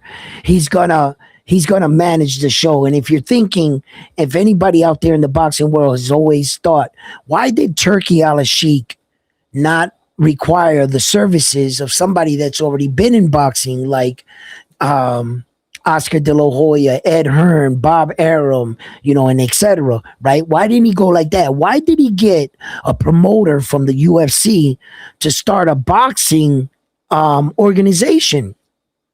And I try to explain this to the fight fans. It wasn't his vast knowledge in boxing. It wasn't that he had all the connects in boxing. You can establish that. What he hired Dana White to do was the same business mindset he used to form the UFC. Oh, see, Dana White is a shark. He's truly a shark. And in business, he shows no mercy. He's a shrewd businessman. He is the kind of man you want to build your organization. He's smart.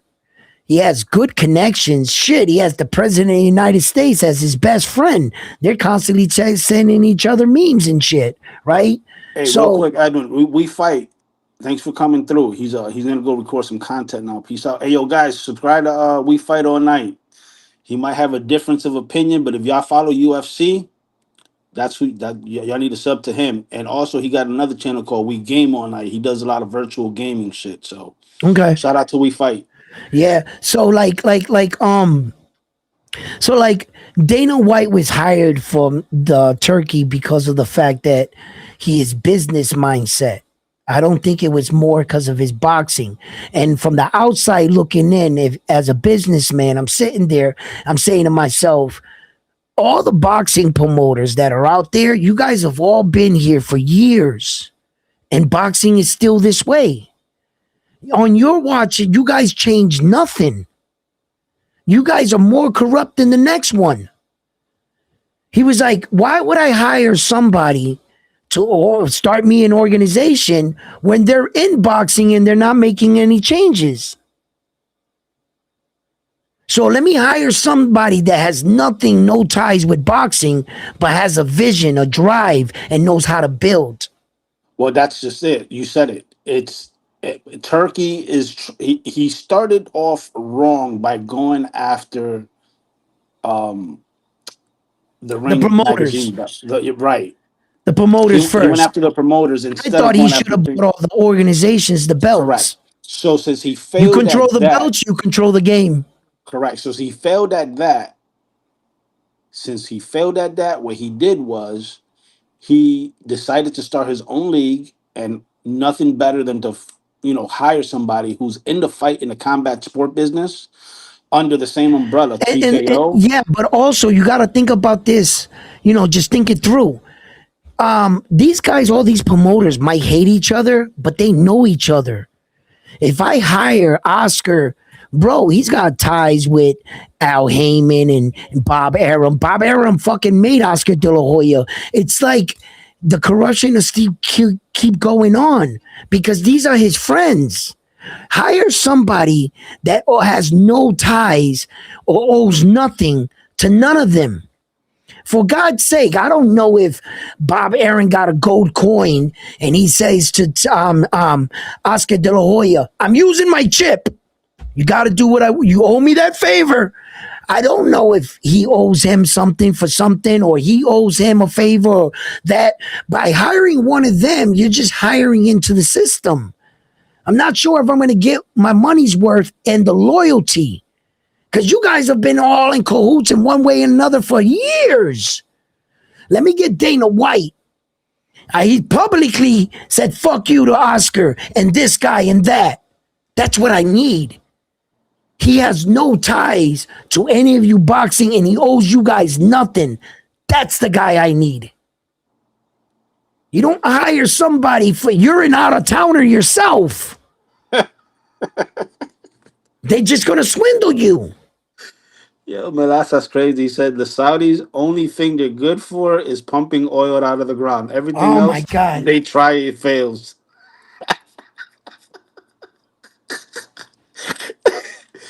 All Facts says that's why he was in Boston. They need to tell the truth why the mob really ran him out. Well, I'll keep that reserved. Like I Boxing kicked wasn't Dana there. White out of the '90s, just like they kicked Lou DiBella out. Yo, Well, Marasa, you ain't shit for that one. yeah, Lou DiBella was stubborn in his ways. He wanted to challenge the top promoters. Lou DiBella has been wanting to get a seat at the round table with the top promoters. And Lou DiBella is like pissed off because he has the right to be like, because what he has to do is take his fighter and bring him to Top Rank or bring him to Ed Hearn or bring him and be a co-affiliation with that promoter so that you get their full staff. It's similar to how Fresh Production was until they Yeah, got this. yeah, They opened the but door for now them. Fresh Production is learning what to have staff and things. See, when Top Rank goes to a certain place, they already have whatever cities they go to. They've already established relationships over years of working in different cities. When they get there and they arrive, the setup crew that they use the same one all the time. They use the same format. They come in, they know what they do, they're doing their job. All these people that are working, setting stages, lights, all that are being paid off sanctioning for body fees. When the fighter walks out and the Tumbletron goes up, what do you think that just appears there? Top Rank is putting on a show for you. What do you think that the place that they rent out comes with all the lights and gadgets? No, you got to provide some of that shit yourself. When they're outside and they're in California having a press conference and the guy's walking down, what do you think? California just provides Trumbotrons with their faces on it? No, Top Rank provides that. They have these places that they have contracts with, all Yeah, paid. that's the long-term relationships that they have built throughout the Okay, years. that's what I'm saying. That's a top promoting network. Does Lou DeBella have that? No, No, but you no. said something. So you're saying that the sanctioning bodies pay for that, or Top Rank pays for it? Okay, your promoter pays for that. The So it's not the promoter, sanctioning bodies. okay, the sanctioning body doesn't pay for any of that shit. Exactly. They sanction the fight and they collect money. Right, right. But the sanctioning body doesn't own the venue. It doesn't charge ticket prices at the door. The promoter makes that, and then the venue people, they cut a deal. Then the network cuts a deal. Then the streaming cuts a deal. And there's a lot of deals. None of those deals have to do with the sanctioning bodies. The only thing that the sanctioning body is to govern it as a professional sport. Their job is to hold the standard officiating, Judges. sanctioning body, yeah, to make, because that way your kid doesn't go in the ring and get brutally murdered, and after he's a bloody pulp, they just drag him out into a hallway and throw his lifeless body in a hallway. There's nobody holding them as accountable. Boxing is a professional sport that if you cheat and we find you doping, they'll give you suspensions on certain cheating. They can be charges filed on you. How many athletes went to jail for doing certain things in a sport? When you're in a profession, that's what makes it a professional sport. They got ambulance over there, instant replay. All that is provided by the sanctioning bodies now, because they are the police of the sport. The sanctioning bodies come around and govern everything. They're monitoring and keeping you accountable to make sure that everything's on the up and up. Sanctioning body. They're the police of boxing. And they're supposed to be. They take envelopes, but hey, that's why I'm saying I'm looking for more change. I'm looking to protect the fighters' well-being.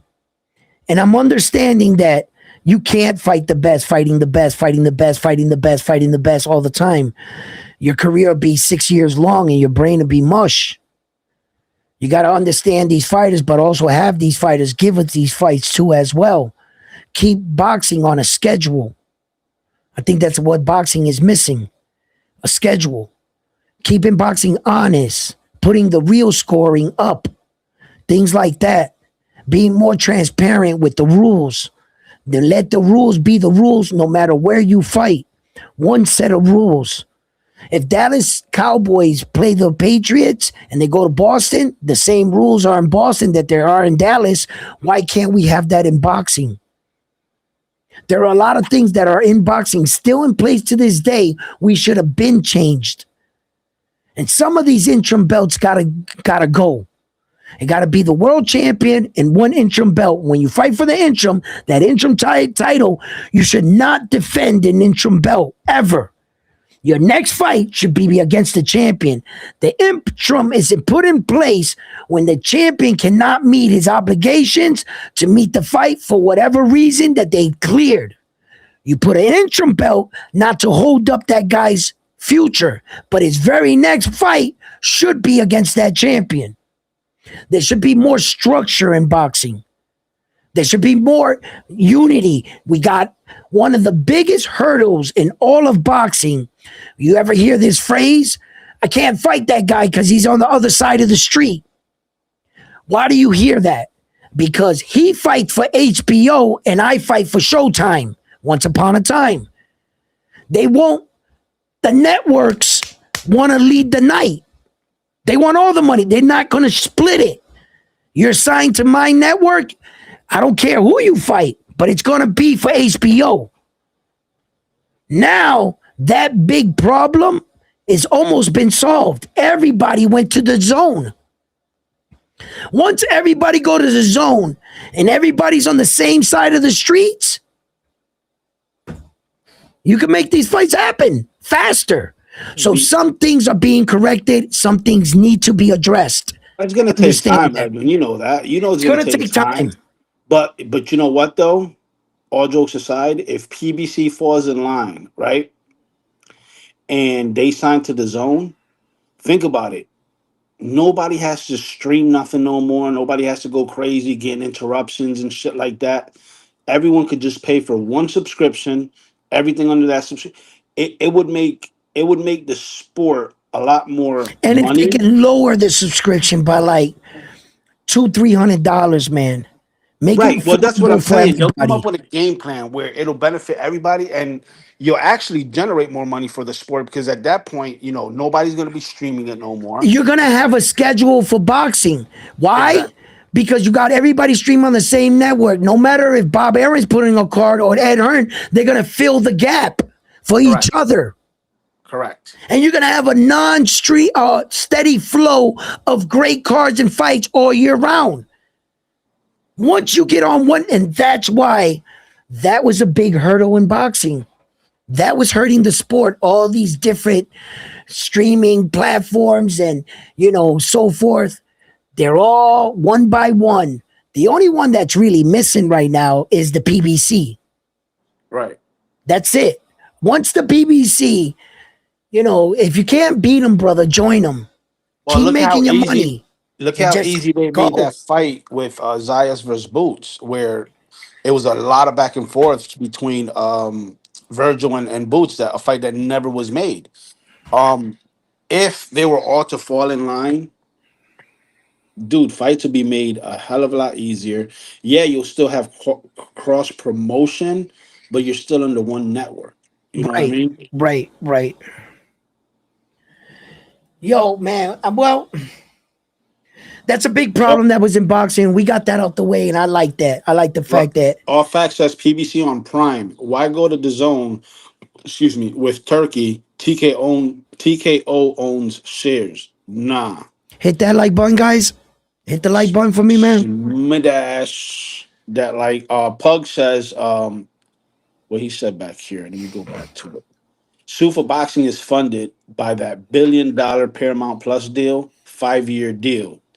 Then he said, crazy part is Paramount just bought Time Warner. Wait. Stop. Okay, go ahead. Finish reading it. That's Showtime and HBO in one. Okay, wait a minute. I'm a little confused, guys. You guys got to help me out with this. Paramount plus the Sufa deal with Paramount Plus, but didn't Dana White just announce that Sufa they got another deal with Sports? Sky Sports for the UK. Oh, for the UK. So yeah, and he's actually launching his first UK fight too. So that's all right. So he has one platform for America, one for there. That's what it's looking like. Okay. All right. That's what it's looking like. All Facts says talk to him, Edwin cooking. Hit that like button. Welcome to the community where we support one another, says All Facts. We Fight All Night is the parlay king for UFC, MMA. He knows his shit. Bud made that up, says All Facts. In 2018, when he re-signed with Top Rank, then ended up suing Top Rank. Yeah. PBC on Prime. Why go to the zone with? Okay, I read that. And Aya then lost says in the lawsuit too, and then never filed for an appeal. They gave him 30 days to appeal the ruling, and he never appealed it. round one. What's up? PBC holding America down, says All Facts. Pug says Misfits degenerate streamers milking boxing like Aiden Ross justifies real boxers at PBC, raising it to $80 price point on Amazon, and the $80 influence is the justification of a $540 DAZN yearly. When that Misfits Aiden Ross bare knuckle stops selling, the PBC and DAZN can drop their prices. That bare knuckle shit is exciting, but your life expectancy for a fighter there is what? 3 fights? 4 fights? After 3 or 4 fights, you look like Pauline Malignaggi after one fight. Did you see what he looked like after just one fight? Yeah, he don't look the same.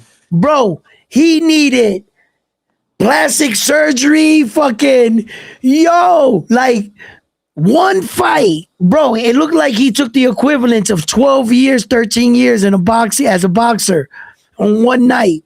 Like your life expectancy is four fights and you're done. I don't think no bare knuckle guy has 4 straight fights in bare knuckle yet. If I'm wrong, let me know, because I don't follow it like that. So that's my question. I'm saying I think. So please, who's the longest bare knuckle champion so far, or in his entire career, from since he started to champ? How many fights does he have in bare knuckles? Well, it's hard to say because a lot of these bare knuckle people, they all came from a different platform. Yeah, of course we know that. We yeah, they're like all former old champions, or not even champions, just fighters in general. But they had some fighting experience. Most of those guys. I don't think their record reflects on just bare knuckle. It just shows their fighting record. Like, yeah, right. Like, for example, when Paulie they'll use the entire. Yeah, okay, I get what you're saying. So it's hard to figure out, what bare knuckle fighter has, just in bare knuckles. What's their record alone in bare knuckles? Like, how many times have you seen him? Like that one dude. He's a real crash dummy. What's his name? Mike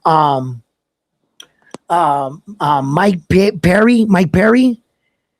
He's a real, Mike Perry is gonna pay for all of that when he gets older. All those beatings and all those fights with broken noses, broken jaws, smash face, bro. When he's like 50 years old, he ain't gonna be able to spell his own name. He ain't gonna enjoy that money. There's something about life that when you get into something, you should be able to spend your money and enjoy the fruits of your labor. Fighters like Hitman Hearn, his entire family took all his money, all his kids. His house got sold. He's living like with one of his kids in an apartment. That man had like fucking $70 million. Yo, the longest, as of 2026, Lorenzo Hunt is tied for the longest winning streak in bare knuckle fighting championship with 9 consecutive wins. 9 wins? That's the longest? 9 fights is the longest in bare knuckle. Wow. 9, your career is based on 9 fights? Wow. Listen, anyway, what was I saying there about what? Right before that, Frontline, do you remember? I don't know, because I was looking that stuff up, so I didn't hear what you was talking about. I was talking to something. Look up Juggernaut. That All Facts. Yep, that's who it was. He's been that's his name, champ for over 4 years in 2 divisions. I was talking about Hitman Hearns and his situation. He took all those punches to the face, had all those battles with You know, Sugar Ray Leonard and Marvelous Hagler had all these. And Hitman Hearns is a 6th division world champion. He's one of the fewest champions that ever. A lot of people don't bring him up in divisions, but he's a 6th division world champion, Hitman Hearns. And for all those punches and wars, everybody else spent his money. He never got to enjoy that. They drove him up to the bank. Hey, sign this. He didn't know what he was signing. He was signing over all kinds of. They took full advantage. He couldn't even defend himself against his own family. And they're the ones that robbed him. If you ask me, sometimes this money ain't worth it. It's not worth it. So when I see Ryan Garcia and Jake Paul and all them dudes making all that money, congratulations. That's for all the men that fucking suffered. You know? And I wish it could be fair. But this sport takes a lot from you. Yeah, but Edwin, you can't compare. You can't compare. Tommy Hearn, Sugar Ray Leonard, that era versus this era, because this era is social media influenced versus back then. Okay, wait, stop. I can always compare a punch to a punch. No, that you can't. Okay, but so I'm talking about money wise. Yeah, money wise. Think about this. If Sugar Ray Leonard, Tommy Hearn, fucking all the greats, Muhammad Ali, all those guys were fighting in this era with social media promotion and all that shit. Dude, they would be making. You're wrong. They would be making way more money than they did back then. You're wrong. I'm sorry. I know where you're going with this, and I'm just going to say you're wrong right off the back. The reason why you're wrong is because Sugar Ray Leonard made $44 million in his fight. He made more money than some of these guys are making today. And put him in this era, that same fight in this era, how much would it make? I don't know. It would make the equivalent of $44 million back then, whatever it becomes now. That's all I'm saying. It would be the same amount of money.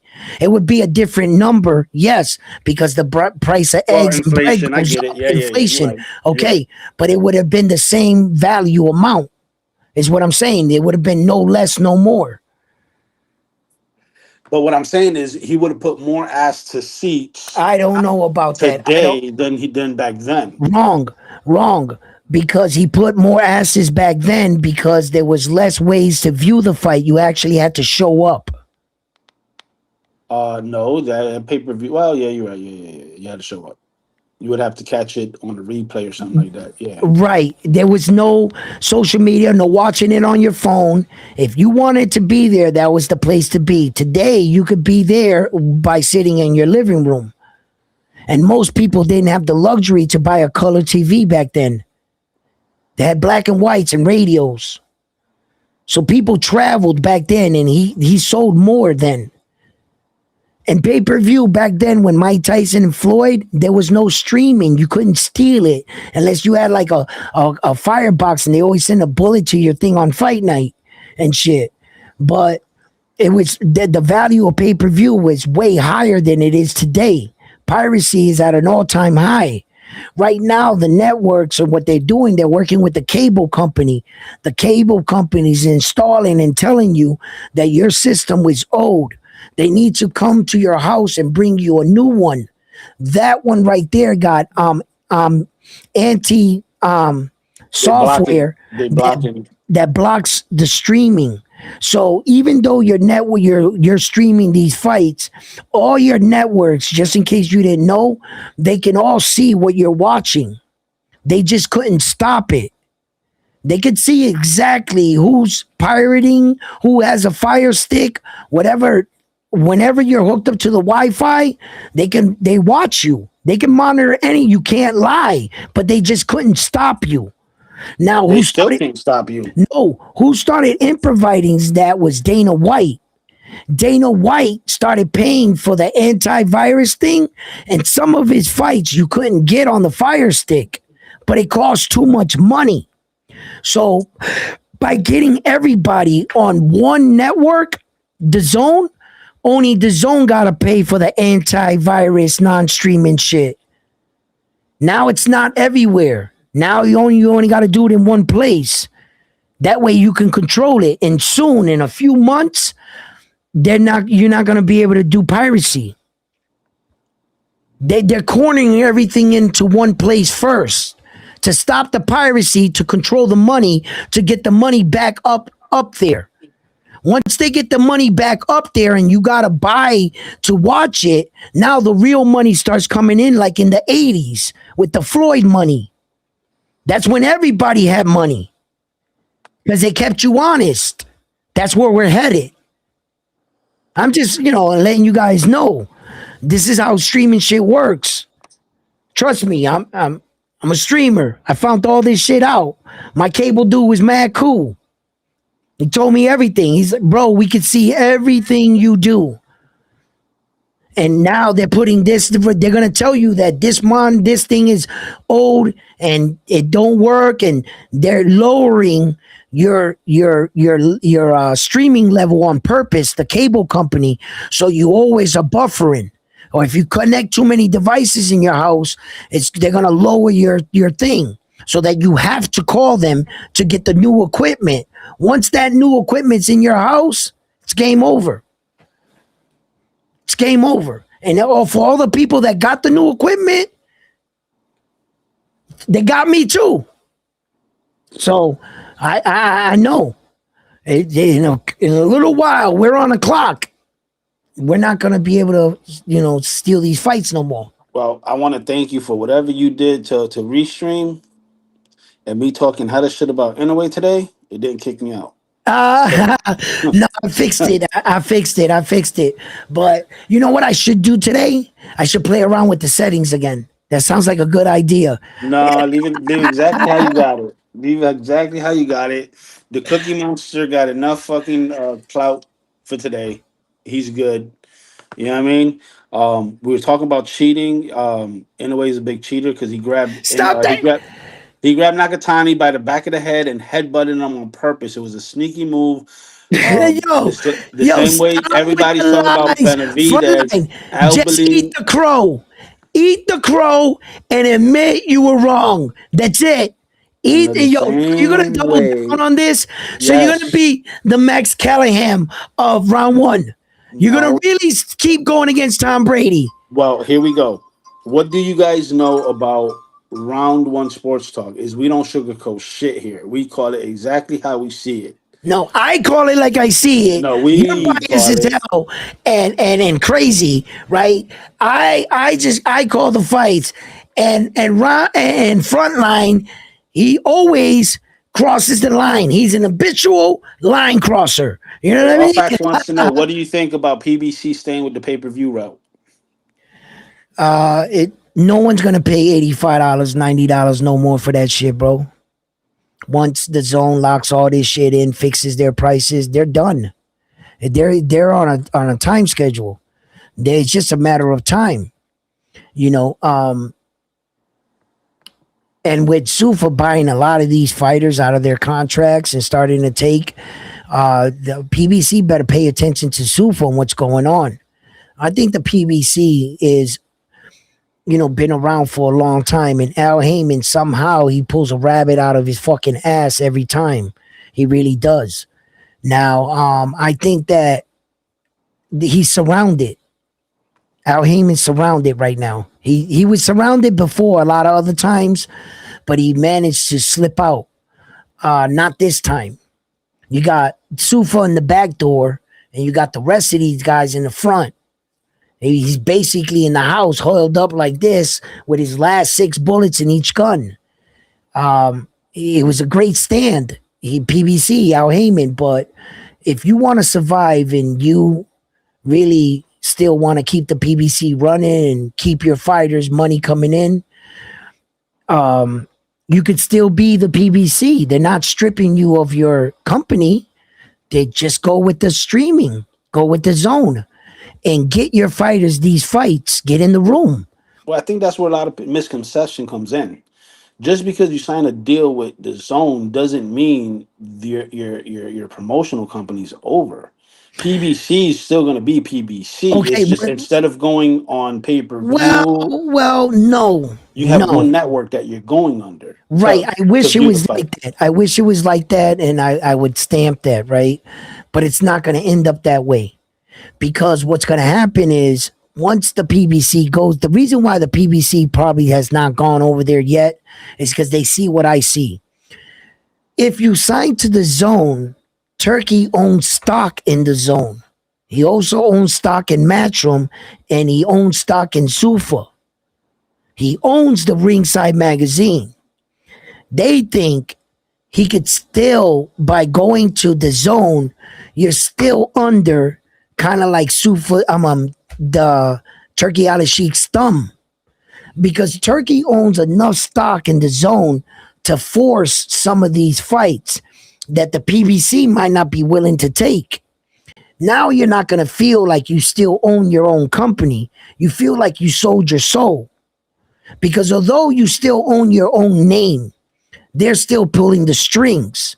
Without being inside of their party, you still control you. I see what Al Heyman's fighting.